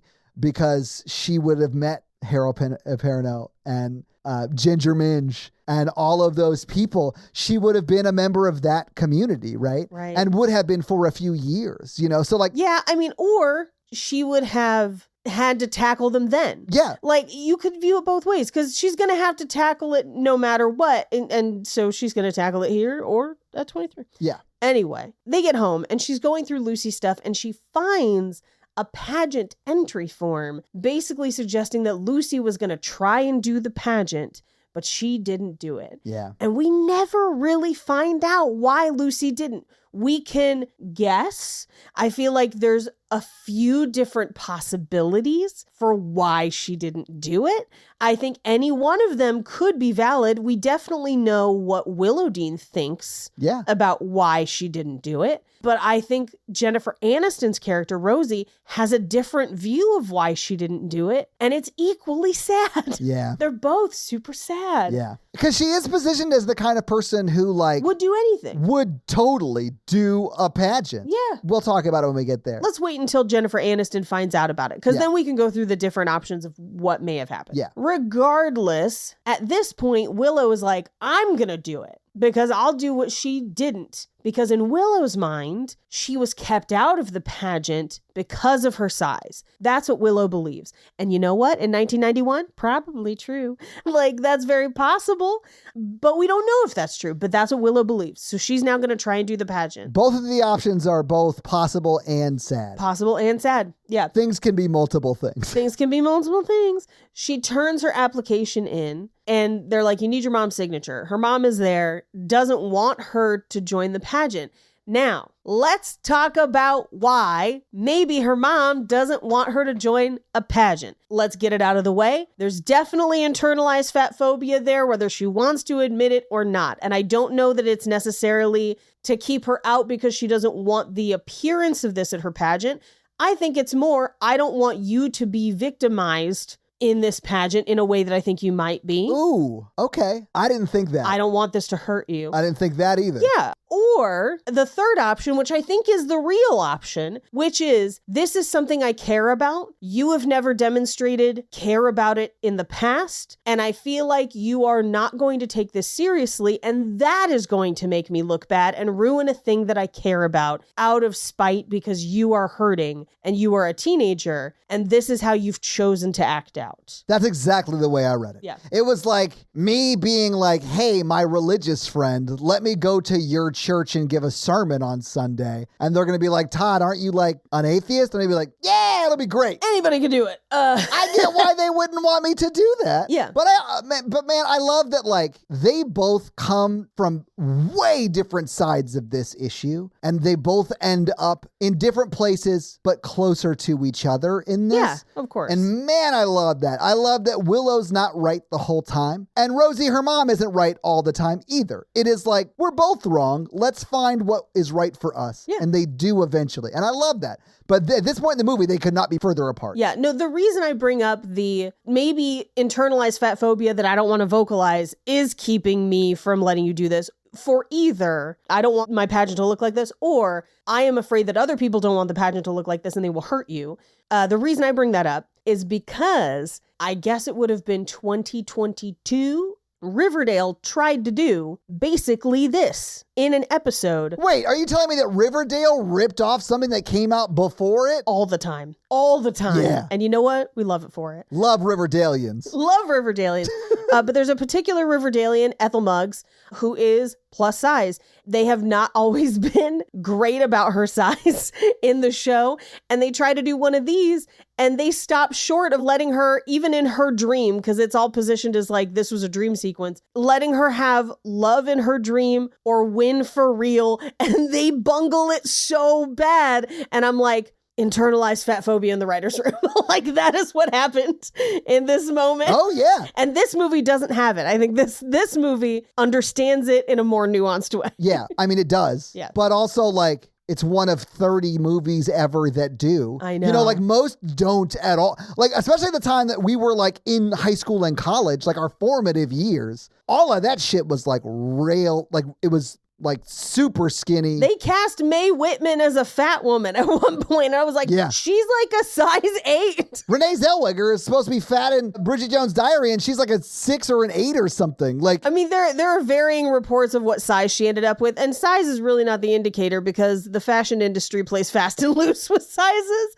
And it's terrible. should be illegal. It should all be inches. Learn your measurements and use size charts. That's my tip for you today. But yeah, so like this movie lands what Riverdale failed to, even after seeing this one. Anyway, so she gets her mom to sign it. And her mom is like, don't make a mockery and I won't give you any special treatment. And she's like, all right, fucking fine. How hard could it be? Now, behind her, multiple girls have now decided to enter the pageant seemingly as a protest. And we have Hannah, who is very queer-coded. The movie never comes out and said it, I'll assume, especially because the way she talks about the pageant and how she doesn't appreciate that it upholds this heteronormative society and societal structures. It is positioned that she is both queer of some sort and also a hardcore lesbian, but we love her because in the end, she does end up trying and doing the pageant her way. And I do love that. She doesn't change, but she still does the pageant. And then we have Ellen, who's her friend, who is just doing the pageant to do the pageant. And then we have Millie. And the thing that she says to Millie is very harsh and is one of the other moments where you're like, Willow Dean, come on. Yeah. Where she says, I'm not the Joan of Arc of fat girls. And controversial statement. Sometimes you gotta be the Joan of Arc of fat girls. Because the world don't let fat girls do shit. So if you are in a position to do shit, sometimes you gotta do shit so that other people can do shit, even if they want it more than you. Paige, she isn't the Joan of Arc of fat girls because she's the John the Baptist of fat girls.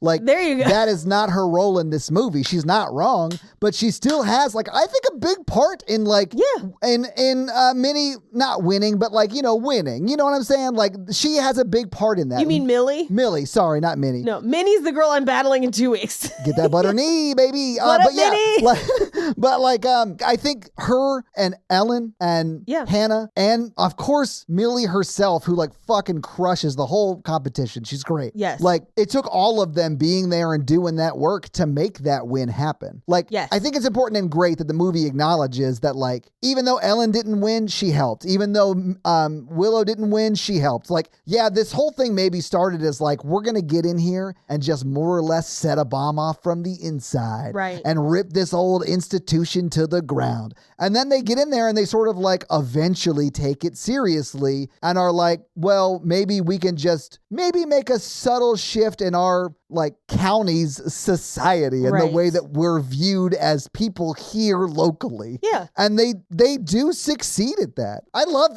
at the end of the movie, when Millie wins or she's first runner-up, you see, like, those acknowledging looks that they pass back and forth between each other. Like, I love that moment. Like, I'm crying in that moment, thinking, like, oh my God, Millie won. And then I was like, oh, I guess first runner-up is not first. I'm an idiot. They really should tell you. First in our hearts. Yeah. I will say there's another piece in this scene, especially if you've seen the movie before, a little Easter egg that I really like. And they're, like, sitting and, you know, waiting for the presentation to begin. And Callie turns to Ellen and says, that's Becca Cotter. She's our competition. And then the camera racks focus to Millie. Yeah. Where it's like, no, she's your competition. Yeah. You don't realize it yet. You have already counted her out. She's going to beat you in the end. Yeah. Like, you know, because she didn't count herself out. And still only get second because I think Hannah's right. Like, fuck the patriarchy and all that. Like, when her talent was a protest, I was like, maybe technically not a talent, but is probably going to serve you better long term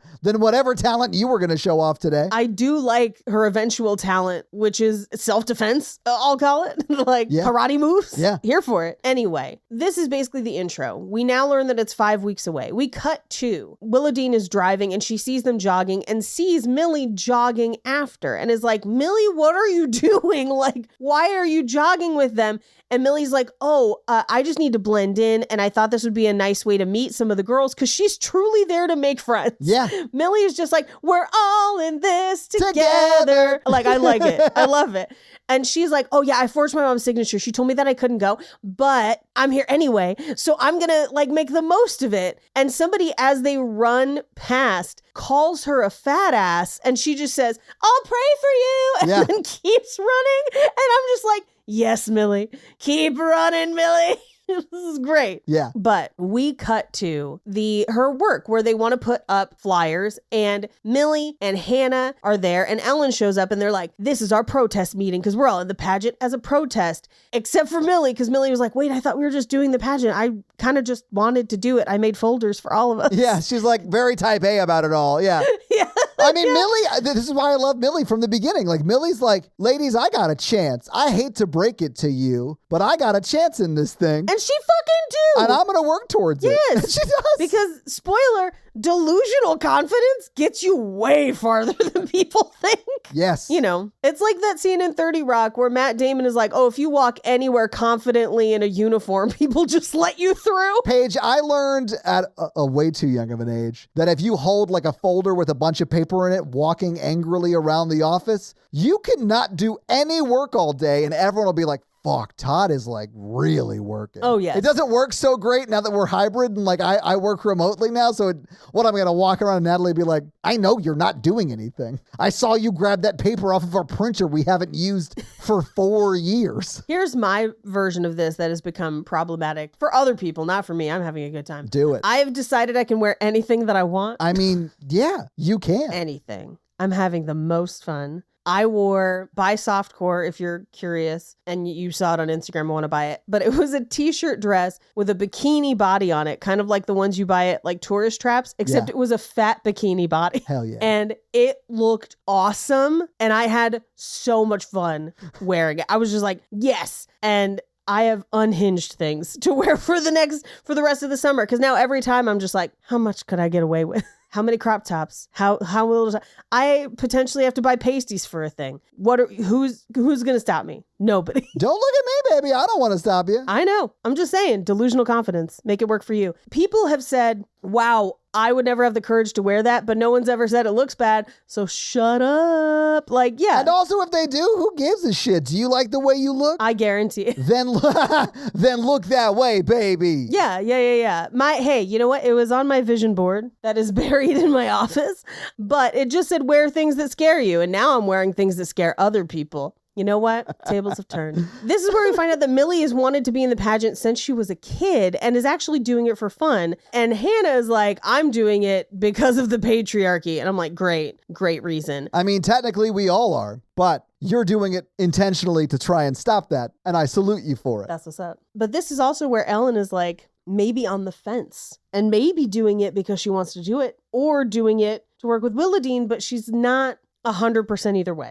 We cut to Bo comes out to help her with the trash. And he's like, hey, there's a meteor shower tonight. We should watch it. And she's like, oh, okay. Oh, you mean the time Bo asked her out on a date? Yeah. There weren't even 4 other guys there and it wasn't Blair Witch. I know. This is a way better date. This is a way better date. Honestly, the second I saw the pickup truck, I was like, oh, girl, yes. And you know what? Bo played it way better than me. He did not run back to the truck after the movie was over. No, he did not. But he asks her about Dolly Parton. She tells him about it. It's a very cute scene. And he then leans in and kisses her. And it's hot. It is. He's super into it. Paige, I refuse to believe that this boy grew up in Texas and doesn't know who Dolly Parton is. That's the most unbelievable part of this movie. I will say a boy like this growing up in Texas and being into thick women is consistent with my learned experience.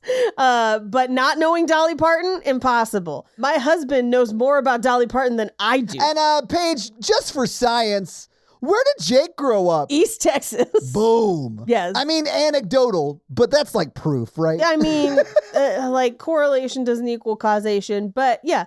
But as they're making out, and it is hot, he feels kind of like her side and her rolls on like her back rolls. I just had a full Drag Race moment of Alyssa Edwards screaming back rolls. Yeah. But he feels her back rolls. Yes. And she kind of flinches because I would argue she's probably never been kissed like this before, given the way that people at school treat her. And B, that's a part of her that society has told her she's supposed to hate, that she's supposed to constantly get rid of and supposed to try and hide and wear Spanx so that people don't know it's there. And he's feeling up on her because he wants to feel her. But she doesn't understand that he should want to. In her mind, he will be disgusted and leave and it will end this moment. So at least if she pushes him away, she ends it on her terms. Well, and also, like, she can keep him at arm's length where she's comfortable. Yep. Not that she doesn't want to kiss him or even do more. I think it's right. Pretty telegraphed that she does. Yeah. But she doesn't think she's worthy of that sort of relation with someone who looks the way that Bo looks. Yep. And that's insane, guys. I mean, like, if someone says you're worth it, you who thinks you aren't worth it, don't get a say. Because they've made that choice for themselves. Yeah. So, like, if your partner's like, you're worth it, you are worth it. They've determined your worth, and it is it. Yeah. I mean, I would say other people don't inherently determine your worth, but No, I know, but like, in this case, people can like you. Let them like you. yes, yeah, they have determined that you are worth it. They're into it, guys. Have the confidence to be liked. Or have the confidence to just believe someone might like you. Like, Oh, yeah. that's such a low bar. Like, let's get to it. This is the thing, Todd, because high school is fucking brutal. And even I was not relentlessly bullied in high school. People in my high school were nicer than most. College, a little more bullying. But at that age, at that time, especially at the time we were in high school, Yeah. everything in the media, society, everything told us that we were unlovable and gross. And in high school, I think even if there are guys that are into you, they're afraid of being made fun of by association. So like sometimes it's not till you get to like your mid-20s where you find out that a lot of dudes want to butter them rolls. Baby. How dare you use that against me? Yes, Paige, well done. I love it. And yes, we are going to make a Butter Them Rolls t-shirt, and it's going to Butter be them rolls. just like a cartoon version of Paige's knees with with like butter stacks on it. That's all it is. It's a shirt coming to a store near you. But I brought this up to Natalie when we were watching this together. I was like, I bet there are other people at her school that are into her, but would never admit to being into her because they're afraid of what they're afraid of what their friends would say. And that's the kind of shit that leads to, and I know this happens way after high school and college, Paige, so it happens all the time. But like a guy who will sleep with or like low-key date a bigger girl, but won't like introduce him to his friend group and his family and all that shit, right? Yes. Like I know that happens, and it's like shitty, man. Just like and that is like a confidence issue on that person's part. Yes.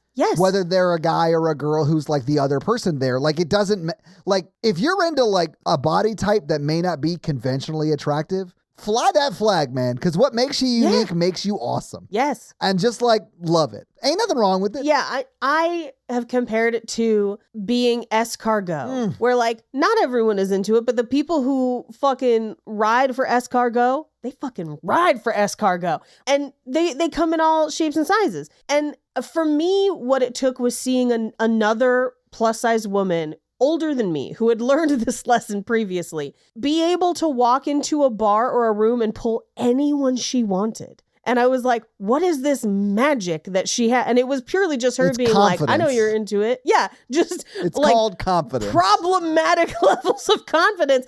But like, that's the thing where people you see stuff online all the time where they're like, gym bros aren't into big girls. I was like, spoiler, they are. Like, a lot of them are. Like, you'd be amazed how many people of every different size, shape, color, everything are into big girls if you make it clear that you will accept that advance. Yeah. Like, all over. But she doesn't know this yet. And so she goes home, and the scene of her like looking in the mirror at her back rolls, I was like, ah! It's heartbreaking. Sobs. Paige, like sobbing. Society has treated us very differently, but I also have struggled with like body image issues too. And it's like, I don't know that every guy goes through it, but I definitely did for a long, long time. I think everyone goes through a version of it, even pretty people, which is also something that I think she learns, maybe not as much in this movie, but like you have to learn is that like the people that you thought were the problem also don't like themselves sometimes at the end of the day and are really insecure about it. When I was on the road, like I got down to like 140, which is like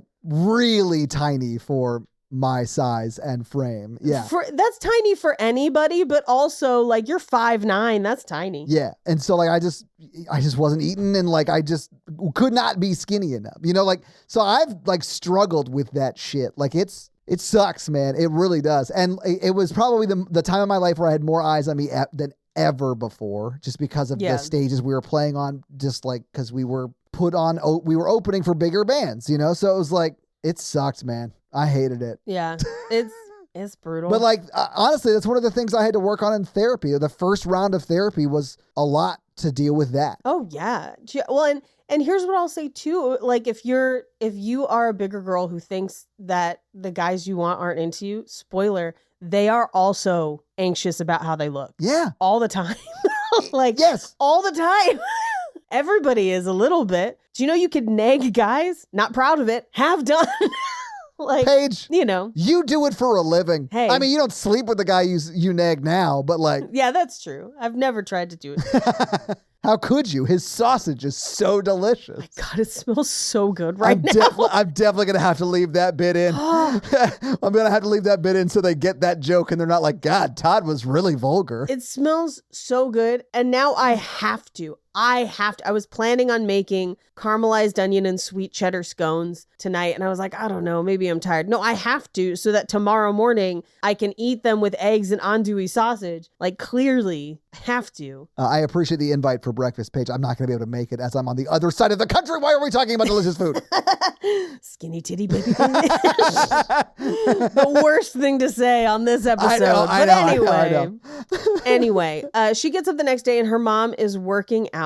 But this is again where she's like, thanks for the meteor, which is what she says. But she's clearly like, and her mom is just working out. She's just doing her own thing. This is not intentional. But the visual of it is just making her feel worse, which like fucking been there. But they then have to go to a dance class to learn the dance for the pageant. And on the way, she tells Ellen about like, he kissed me, but then he went to like touch me and I freaked out. And Ellen says, I sometimes get that same freaky feeling. I am sometimes insecure in that way too. And Willow just doesn't hear her because she's too caught up in that moment for herself.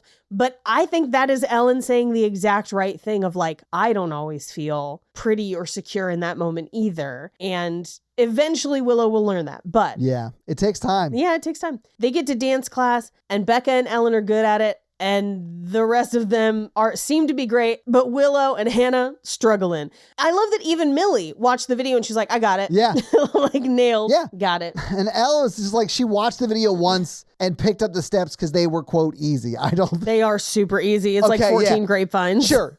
Fine. Let's make fun of the guy who can't dance. But like, I would have struggled. I also would have struggled there. It's a lot of flourishy walking, which is fine. Yeah. That's what pageant dancing is most of the time. Sure. But we cut to, she's home and her mom is altering a dress for Becca. And she, brings something to her mom. She knows Becca. And Becca is talking about, oh, there's this new boy at school, Bo. It's the Bo that just kissed Willowdean. Yeah. And she's like, I think I'm going to ask him to the dance. It's very cute. And this is the sad, this made me cry. It made me cry too. Because at no point did Bo ever express a preference for one over the other. But she has internalized that why would Bo ever want me when he could have her? Yeah. Spoiler, Bo into different shit. Yeah. Everybody's into different shit.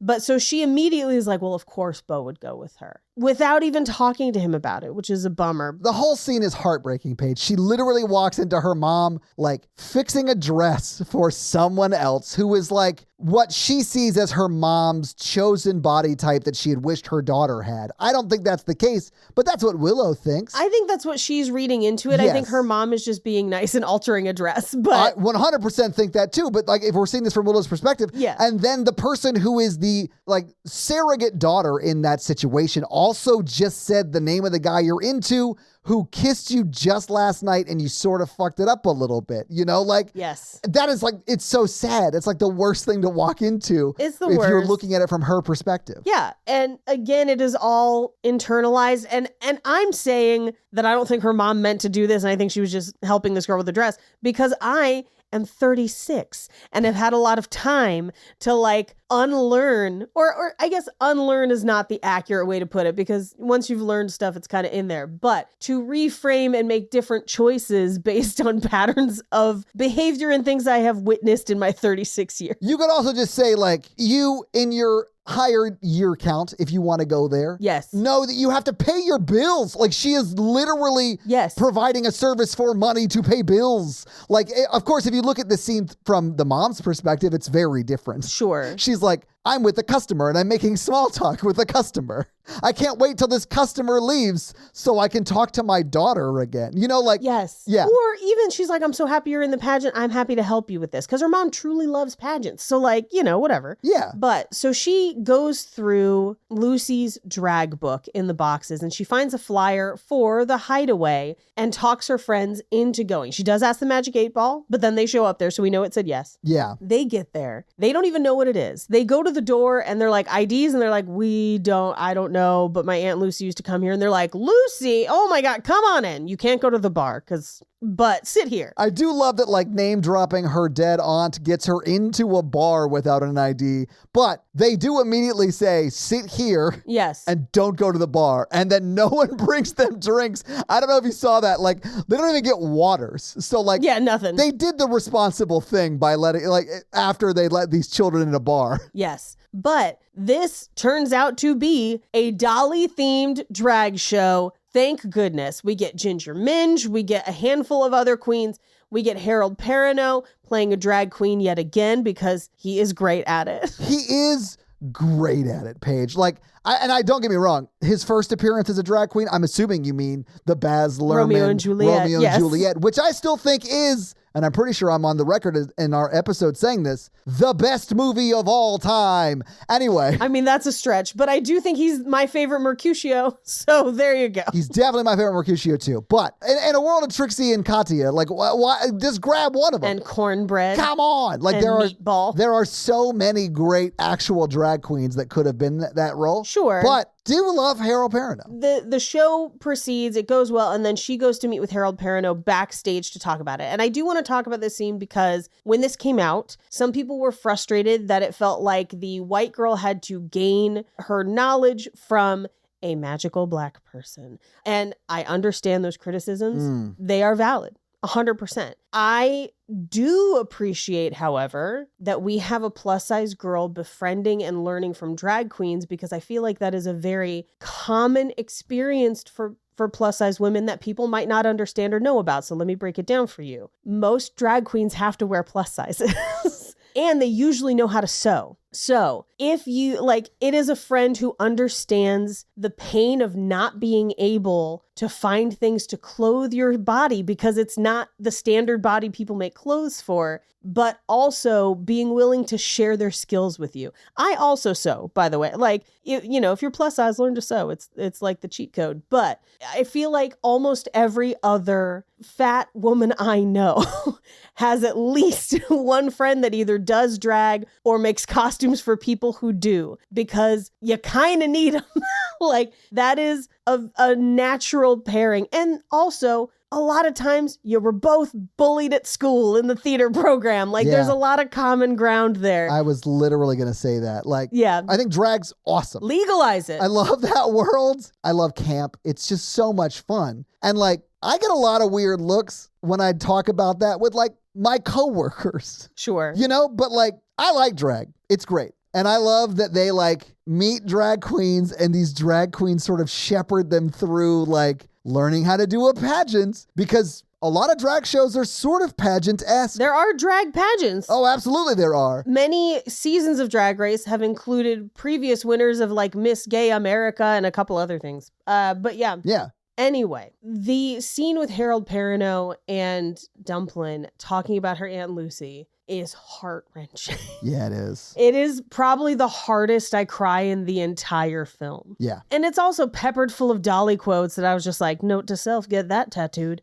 But it is very much this idea of she did not know about this aspect of her Aunt Lucy. Yeah. Clearly. But Lucy clearly was living out whatever her version of a pageant fantasy was here. And so it's part of why I think that maybe the reason that she doesn't do the pageant is the sadder one that Jennifer Aniston brings up later. We'll talk about that in a bit. Yeah, I think it's probably that. Yeah. But this is also this do you. Figure out who you are and do it on purpose. One of the best quotes of all time, one of the best marketing advices of all time, from a woman who notorious for doing her.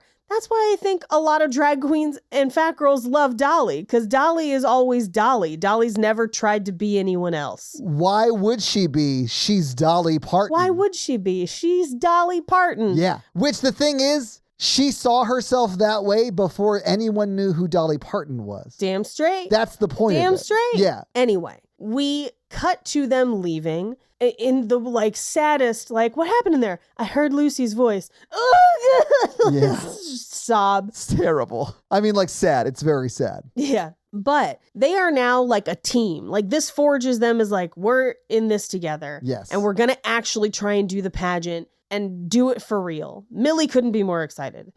We cut to them trying to get their talents approved. And everyone else is doing this, tap dance, twirling. Yeah. One of them is twerking and they say no. Yeah. Which is the only one they seem to not approve. But then Willadine gets up there and tries to do close-up magic and it don't go well. Yeah, she's not very good at it. That's the problem. Right. But her mom is like, hey, that was my one free pass. And she does say there's no shame in quitting. And Willadine says, oh, thanks for the support. Yeah. But I think this is still her mom being like, you're not actually doing this to do it. Yeah. And I think Willadine has just gotten to a point where she is, but her mom doesn't know that yet. Yeah. And she hasn't quite figured out what that's going to look like. Man, I think that's exactly what it is here in this scene. Yes. And I sort of love that because I feel like her mother not seeing that she was actually starting to try is what makes her try even fucking harder. Yeah, I think it, it does spiral her a little bit because she goes to work and Becca's there and she sees Bo talk to her and she gets really sad until she like goes outside because I think this is too much where she's like, I did shitty at the magic thing and now Becca's here and like I'm doing shitty at everything. Yeah. And Bo comes out and is just like, okay, you're clearly going through some shit. So just to clarify something for you so you don't have to wonder about it, but I really like you. Yes. And I there's no more clarification needed. I like you. And she's like, well, what about Becca? And he's like, I don't care. I met her. She asked me to a dance. I didn't go. I mean, he makes it pretty clear. He was like, I told her no, like we're not going on a dance. Yeah. But like that has nothing to do with me at this point. Like she did ask me out, that, but I didn't go. Right. Yeah. But this is where she says, like, do you not understand what it's like to be with a person like me? Like people will make fun of you. You're supposed to be with someone like Becca. And he's like, well, since when do you care what people think? I don't care what people think. And if you do, that's kind of cowardly because spoiler, I think you're beautiful and I don't care what anyone else says. And she's just like, no, she can't handle it. It's so sad. Like, I mean, but he's like more or less, hey, listen, you're the shapes that do it for me, man. That's what's up. Like, why are we... Find your particular shapes. Yes. Like, you're what does it for me. I'm into it. Yeah. Can we see where this goes, please? Yeah. And she is just so sure because society has told her whole life. Paige, person who I'm sure you've never experienced this. Like, she's just so sure she can't ever be loved because of her size. Right. And that's so sad. Like, I cried so much for this, like, because this happens a few times throughout the movie. And I cry every time. Yeah. Well, but I do love that the movie doesn't make it a mystery, doesn't make her wonder, doesn't make him waffle. He's just like, no, I like you. As soon as you figure that out and are okay with that, let me know. Yeah. Because until then, I'll just be right over here. Like, let's fucking go. I'm going to be over here slapping out specials. Yeah. So, like, just let me know when I need to hop off this grill. You know what I'm saying? You know where to find me. But so she goes home. She goes to throw out all of Lucy's boxes. And as she's putting them in the trunk, she finds the bee pin, which does make me sad. Oh, I thought it was a butterfly. I guess it could be a bee, too. It's a bee. Yeah.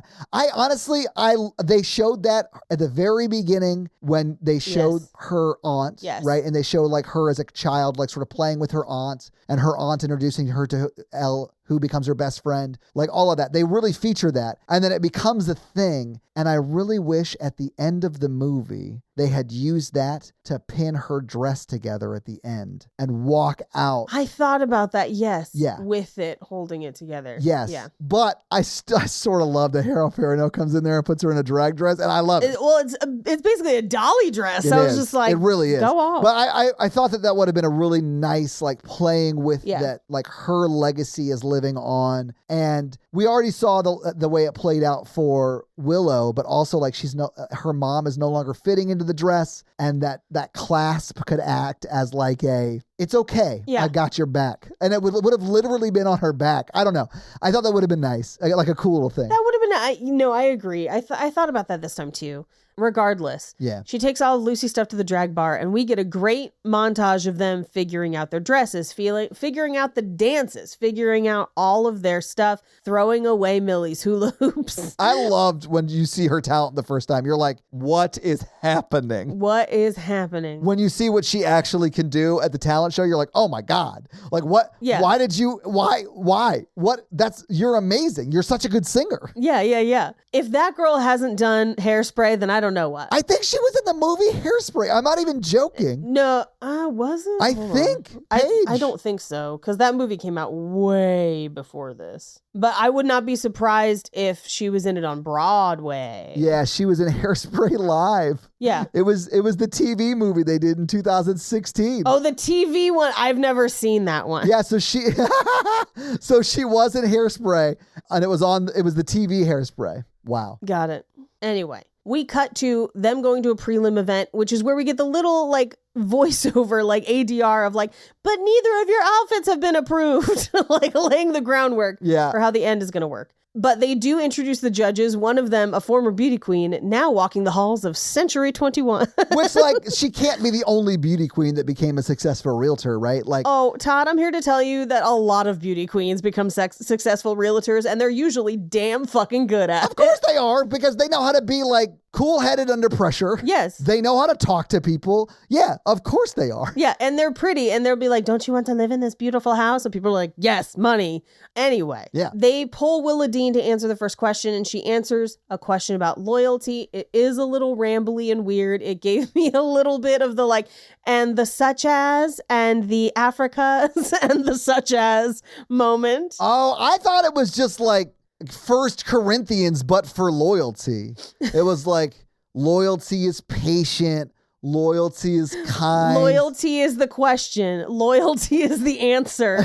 Loyalty finds no other questions and no other answers. If you were in the audience, you'd be like, what is happening? I guess those things are true, but none of this really connects. But because we have we know what happened between her and her friend. Yes. It's very much like an apology to her friend. And so much so that I wrote in my notes, you still have to apologize. Like, you still do have to apologize. And they do. They do. Yes, they do. They do. But I do feel this way about literally every beauty pageant answer I've ever heard. I always feel this way about the questions because they are always like pre-written and they have to use like specific words and stuff. And it always sounds like word salad every time I hear them. And I think it's fun. It's very authentic to the pageant circuit. But afterwards, she comes down off the stage and they apologize. And I do love that in their apology, it's very much like, I'm sorry that I didn't allow you in to help me and work through this with me because you were thin, because you care about me and you would never try to hurt me, but I was in my emotions. Yeah. Essentially. I mean, she literally says, hey, I'm sorry I didn't think that your body type could be a part of the revolution. Yes. And her friend's like, damn right. Yeah, damn right. Yeah. And it's very, very sweet. And she has a letter from her mom that she doesn't really read. In fact, we never find out what's in that letter. We find out what's in the letter she gives her mom. And I would assume the letter from her mom is probably about the same. Probably. But I mean, I do love the letter that she leaves. We'll talk about that when we get there. But I love that. We cut to back home at the house. She comes into her room and her mom has found the torn up pageant form that her sister filled out, taped back together, and is like, I don't know why she didn't go through with it. She would have done anything. She was confident as hell. She would have, she probably could have won this shit. Like if she did it, although again, 1991, maybe not. But I don't know why she didn't do it. And then she tells the story of when she won and they didn't have any money for a new dress, which definitely meant they wouldn't have had money for a dress for Lucy, right? If she had gone through it. Yeah. But she thrifted and found one and fixed it for her. Lucy found one for her sister. Lucy found one for her sister. Yeah. And sewed all the sequins on because the difference between winning and losing is all in the details, which is something that we have heard Rosie say multiple times. And she's like, that was Lucy, not me. I mean, more or less like Willow's mom won because Lucy was like supporting her and like helping her get there. Yeah, which to me, I think, so that's our other option. Either Lucy felt like she could not win and felt like she was excluded, so she did not do it, which is what Willow Dean has believed this whole time. Or Lucy decided not to do it so her sister could. Yeah. Which is probably true. To be honest with you. And it was probably a money thing because, spoiler, a lot of this has been a money thing the whole time. And Willow Dean has been too blinded by her own grief to realize that. But I think that it was maybe her being like, I have my pageant. I have my Dolly night. I have all of this, but I can fix the dress for you to have this thing. I don't think she had the Dolly night yet. So I read this a little bit sadder. Maybe. And that is that it is also probably sadder. they only had the money to enter one of them into it. Yeah. And Lucy knew that, like, if one of them was going to win, it was definitely going to be her sister. Yep. Yeah. That is a possibility too. That's the way I read that. And I'm not happy about that. Yeah. But that's like the reality of probably what pageants are still like, but are definitely were like that in 1991. 100%. But we cut to the pageant the next day because that happened literally in between the pageant. Everyone's getting ready. They're about to start opening numbers. But who should show up? Millie's mom, who is like, you can't do this. You lied to me or whatever. And this one, it's very clear that her mom was trying to protect her from people being mean to her. Yes. By entering the pageant, which is extra makes me sob. Because her mom is Kathy Najimy? I was going to say that, yeah. I know her mainly from Hocus Pocus, but like, yeah, she's been in a ton of stuff. Or Sister Act. Yes. I mean, you know her when you see her. Like, she's been in so many things. And someone who was probably pressured to be thinner. And I mean, was big in movies at a time when that was not okay. Way less accepted. But I do love that, like, she's like, when she's like, I'm going to do it. I don't need you to protect me. I just need your support. She's like, all right, then let's fucking go. Let's mickle chuck if a mickle chuck could, Chuck would. I love that. I'm going to go sit with the drag queens and just cheer until my eyes pop out of my face. I loved it. I love that she instantly supports her. She literally was only mad because she lied. She was like, yeah, you can't lie to me again, but let's fucking go. Let's fucking go win this shit, bitch. Yes. Yes. They go through the opening number and they have improved their dance moves because the drag queens added some pizzazz to the choreography. Yes. What did Ginger Minge say? If you want to get rah-rahs, you got to shake the tatas or something like that? Yeah, the tatas get rah-rahs. Yeah, that's what it is. Yeah. I also love that we get a quick shot of the judges table, but the only name we see is one judge's last name is Cockerham. And I was like... I missed that, and I am very sad I missed that. In big capital letters. I do want to just go ahead and announce that when Natalie and I get married, neither of us are taking each other's last name. We will be taking the name Cockinghams, or whatever it was. Cockerhams. Yeah. Jesus, that's an amazing set deck joke. I love it. It was great. But this is also where we learn the theme is Texas. Ain't she grand? Which is, again, not a theme, just a statement. But then they go into the lifestyle and fitness segment, which is essentially the bathing suits. And it proceeds as normal until Willa Dean and Ellen go out together with everybody as a swimsuit body. Great, love it. And then we see Millie go and just kill it in like a swim dress. Yes. And then we see Hannah go out and just stare the judges down. And I love it. And again, I will say she looks like Tomb Raider. And I mean that as the highest compliment I can. She's fucking crushing this swimsuit competition that they're masquerading as health and fitness or whatever. Well, that's what they call it now because they used to just call it the bikini round or whatever. And now it's health. And so you can wear a bunch of different things. But still, it's the swimsuit round. Yeah, exactly. Whatever. But yeah. I love that she looks down on the judges judging them and then gives them a very condescending thumbs up and walks off stage as if to say, I did that for me. Y'all can eat a dick. Yeah. I love Hannah. I love it. I love it. We see other people's talents, but we finally get to Willa Dean, and she does like a whole, essentially a drag magic routine. Yes. I might even call it maybe burlesque, because maybe not burlesque, but I don't know. Do you call it drag if it's not a drag person? It's lip syncing. Yeah, it is. I don't know. I don't know the terminology, but I would say it's very camp. I would refer to drag as any heightened gender performance. Which could include avant-garde drag. I think this is just a lip sync. Yeah. Perchance. It's also a magic show. Yes. I've been dying to talk about this. Right. Why did she get disqualified? Her mother asked, are you going to rehearse and practice your magic? And she's like, yes, I will rehearse. Yes, and she does. I'll create a whole awesome show that is centered around the theme I showed you in our What Our Talent's Gonna Be meeting. This is in the magic wheelhouse page. I'm going to make this fat phobia disappear. I think it was the main thing was the outfits and the music. And she hadn't gotten her final outfit approved either. Because if it's just the performance, then Millie would be disqualified too. But I think Millie got her dresses approved previously. All I have to say is boo. She should not have gotten disqualified for really bringing her A game. Like, she worked so hard on that. And it's like, her mom is so proud of her. Like, yes, I love this moment for both Willow and her mom, because her mom is seeing Willow commit to doing something and actually trying. And like, whether she succeeds by winning or succeeds by just fucking crushing it like she does, she is so proud of her. I cried so hard at that moment, man. Yeah. When they're having that conversation, that's like, oh, shit. I don't feel bad about her being disqualified. I hated it. Because I know. I want Millie to win. It gets her out of the way for what happens to happen. And I do love what happens. But also because it's not about the pageant for her anymore. The pageant was a stepping stone to her own self-acceptance. Yes. I mean, but this is a BS reason, is all I'm saying. Yeah. Anyway, but Millie goes up next for her talent, and she is fucking crushing it. Also, I want that dress. That's basically what my wedding dress looked like, except mine was pink with flowers. Yeah, it is a lot like that. And honestly, thanks for the invite to your wedding. Paige couldn't make it because we didn't know each other yet. More cake for me. But I've seen the pictures. It was that same style of dress, at least. Yeah. And you both look fantastic in it. I only have one note for the performance, because otherwise it was stellar. Like, yes. I don't know if she's actually singing. I don't know if that's her voice. I would say if she's done Broadway, probably.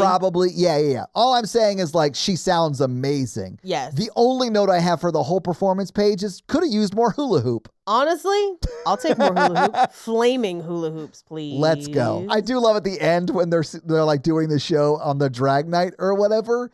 She actually does have the hula hoops. I was like, hell yeah, bring them back, baby. Hell yeah, bring back the hula hoops. But now that she's disqualified, she's not going to be able to even walk in her formal. And she's got a gorgeous formal dress that Harold Perrineau made because they envisioned it together in their heart. But you got to believe it in here, baby. You got to believe it in here. I cried so hard. But Ellen's escort gets food poisoning, and so her mom is like, well, there's no rules that a dog can't play basketball, so... Paige, I wrote that same thing in my notes. I was like, I swear to God, it would be so funny if she walked out and they were like, she's going to be escorted by Air Bud.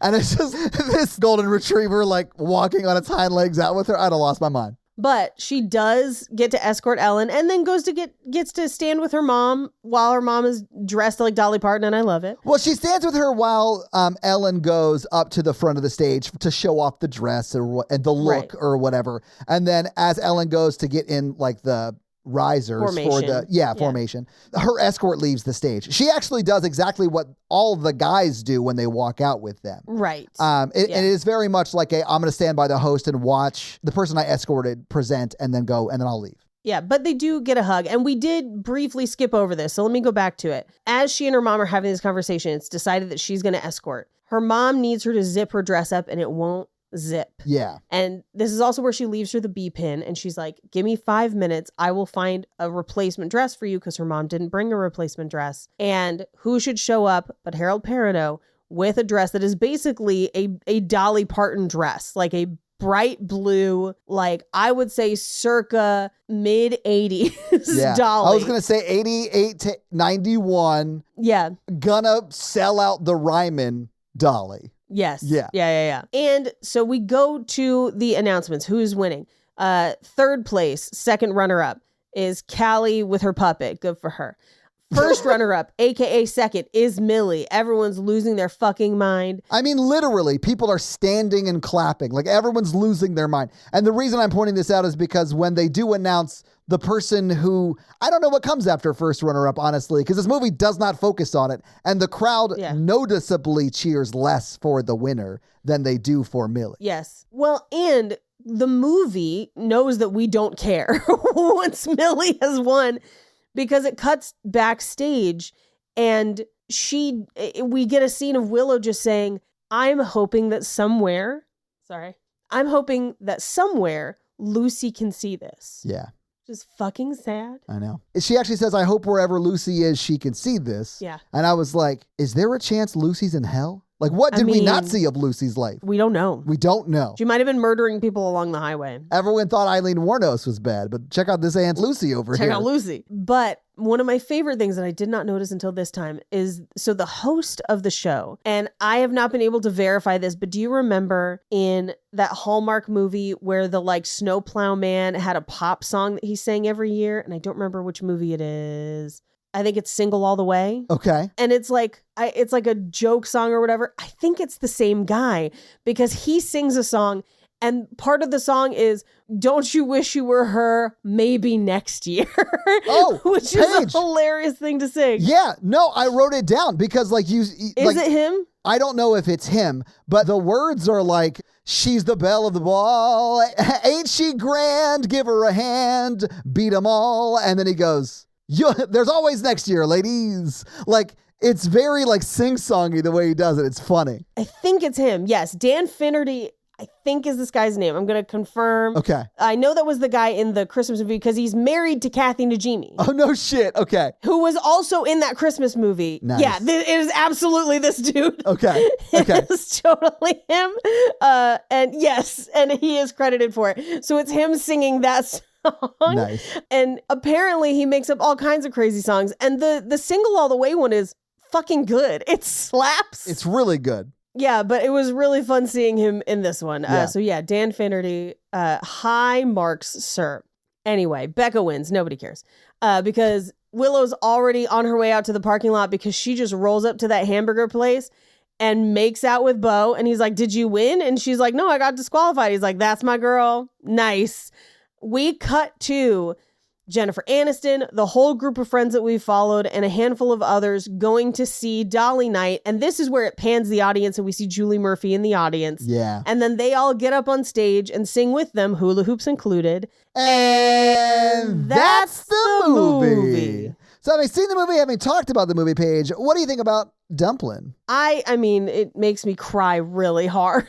So it's hard to rewatch on a regular basis, but I do love the movie. Yes. Yeah, man, it's pretty great. I liked it a lot too. And I think it's like, even though it is about a lady who like is bigger, and I haven't had those struggles, nor am I a lady, it's very accessible. I found it very easy to watch and very easy to empathize with like the struggle she was going through, because the stuff that like, you do get some of the stuff, but like Paige, like we talked about earlier, like it does a great job of things that you knew because you had that shared experience. Yeah. It still does a great job of like showing those who didn't experience it themselves what it would have been like to experience it.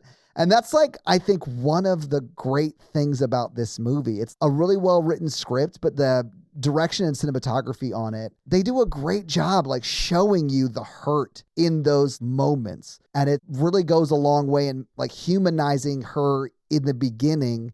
Even though she's not being great to the people in her life, you're sort of like understanding it because everywhere she goes publicly, she's being judged and being treated like less than a full person. It's crazy.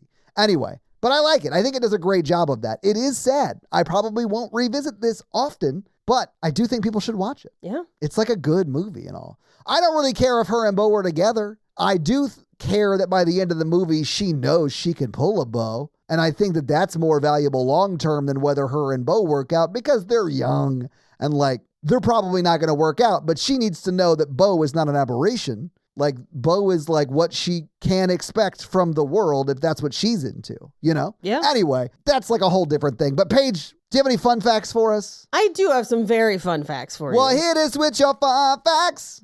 Dolly, fun facts. I fucking knew you'd go Dolly. Always go Dolly. Always.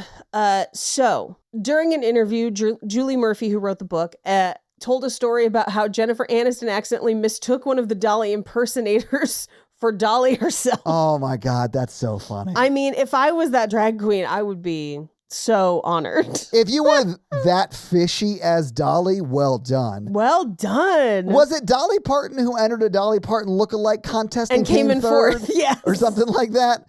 Yeah. So like, that's not the first time that's happened to Dolly, and I bet she thought it was hilarious. She has such a good sense of humor about it. I bet she did. She's also, and they use the quote in this movie, it's too bad I was born a girl, because if not, I would have been a drag queen. Yes. So Dolly fully understands. Which is something she actually has said. Like, that is a yes. full ass on Dolly quote. Yep. Now, another note about the soundtrack. So Danielle McDonald, who plays Dumplin, and Jennifer Aniston, obviously, who plays her mom, recorded a song with Dolly Parton for the movie. The song is called Push and Pull. It's incredibly sad. Okay. But very good, because it's Dolly, but it's basically about a mother and daughter trying to understand each other. And Jennifer Aniston said she got really emotional after they finished singing the song, because it was her childhood dream come true to sing with Dolly Parton, which just makes me like her more. Jesus. This is my favorite thing she's ever done, acting-wise, personally. I find that very easy to believe. I'm not sure if it's mine, but like, it's definitely up there. I don't really like have a list of like my favorite Jennifer Aniston performances, but this is definitely up there. I love me some Friends, but like this, I'm like, she's really fucking acting here. She is nailing it. And I love her in this. Yes. Now, when Julie Murphy saw Maddie Bailio, I believe is how you pronounce her last name, in Hairspray Live in 2016, 2 years before this movie, she emailed the producers and asked them to try and figure out how to make a way to like have her be Millie in the movie. So I think that's really fun. Yeah. I mean, and she crushes it. She's so good in this. So good. When they went to go ask Dolly Parton if they could use her songs, turns out she already owned a copy of the book Dumplin before she even found out it was going to be a movie. So we as a country and Tennessee as a state does not deserve Dolly. I know. I just appreciate her so much, especially for like, she's like a Tennessean, like a proud Tennessean. She is a proud Tennessean. Super supportive of like the LGBTQ community and has always been. She is one of the Tennesseans I'm fucking really proud of. She also fucks with books. I know. Dolly has had a literacy charity for like 40 years or something crazy. Yeah.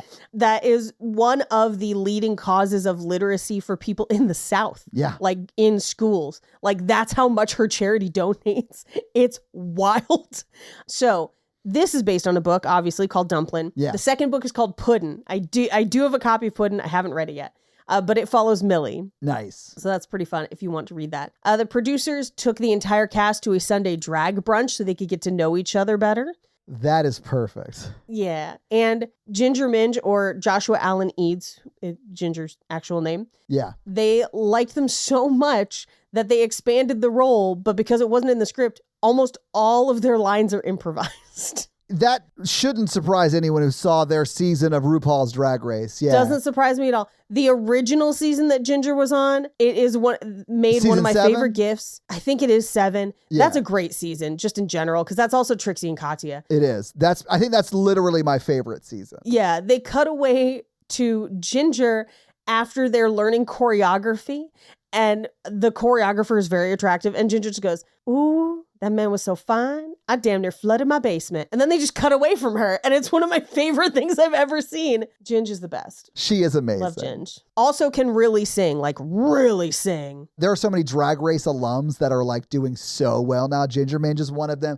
But also Yes. like Trixie and Katya. And she's one of my favorites, and I can't remember her name right now, but she's on Broadway. Fuck, I can't. I'm gonna be so mad at myself. I forgot her name. It's all good. I've seen Trixie and Katya live, I think 3 times now, and I think I'm supposed to see them again in a few weeks. I saw them in the very first drag show that was ever done at the Ryman, which used to be a church. I'll end on this one because I think it's really fun. Julie Murphy was allowed to keep Rosie's beauty pageant sash with Willow's name tag from Harpies attached to it. And those are your fun facts. I love that. Well, thank you for those fun facts, Paige. Let's talk a little bit about box office, and I did look it up. It's Jinx Monsoon that is a Drag Race alum that is now on Broadway. Oh, yeah, of course, Jinx. Love And Jinx probably Monsoon. Bendela, too, because I know Bendela can also sing. Yeah, Ben de la Creme is fucking great. Anyway, so this movie didn't really get a wide release. In fact, it didn't even get a domestic release in the U.S.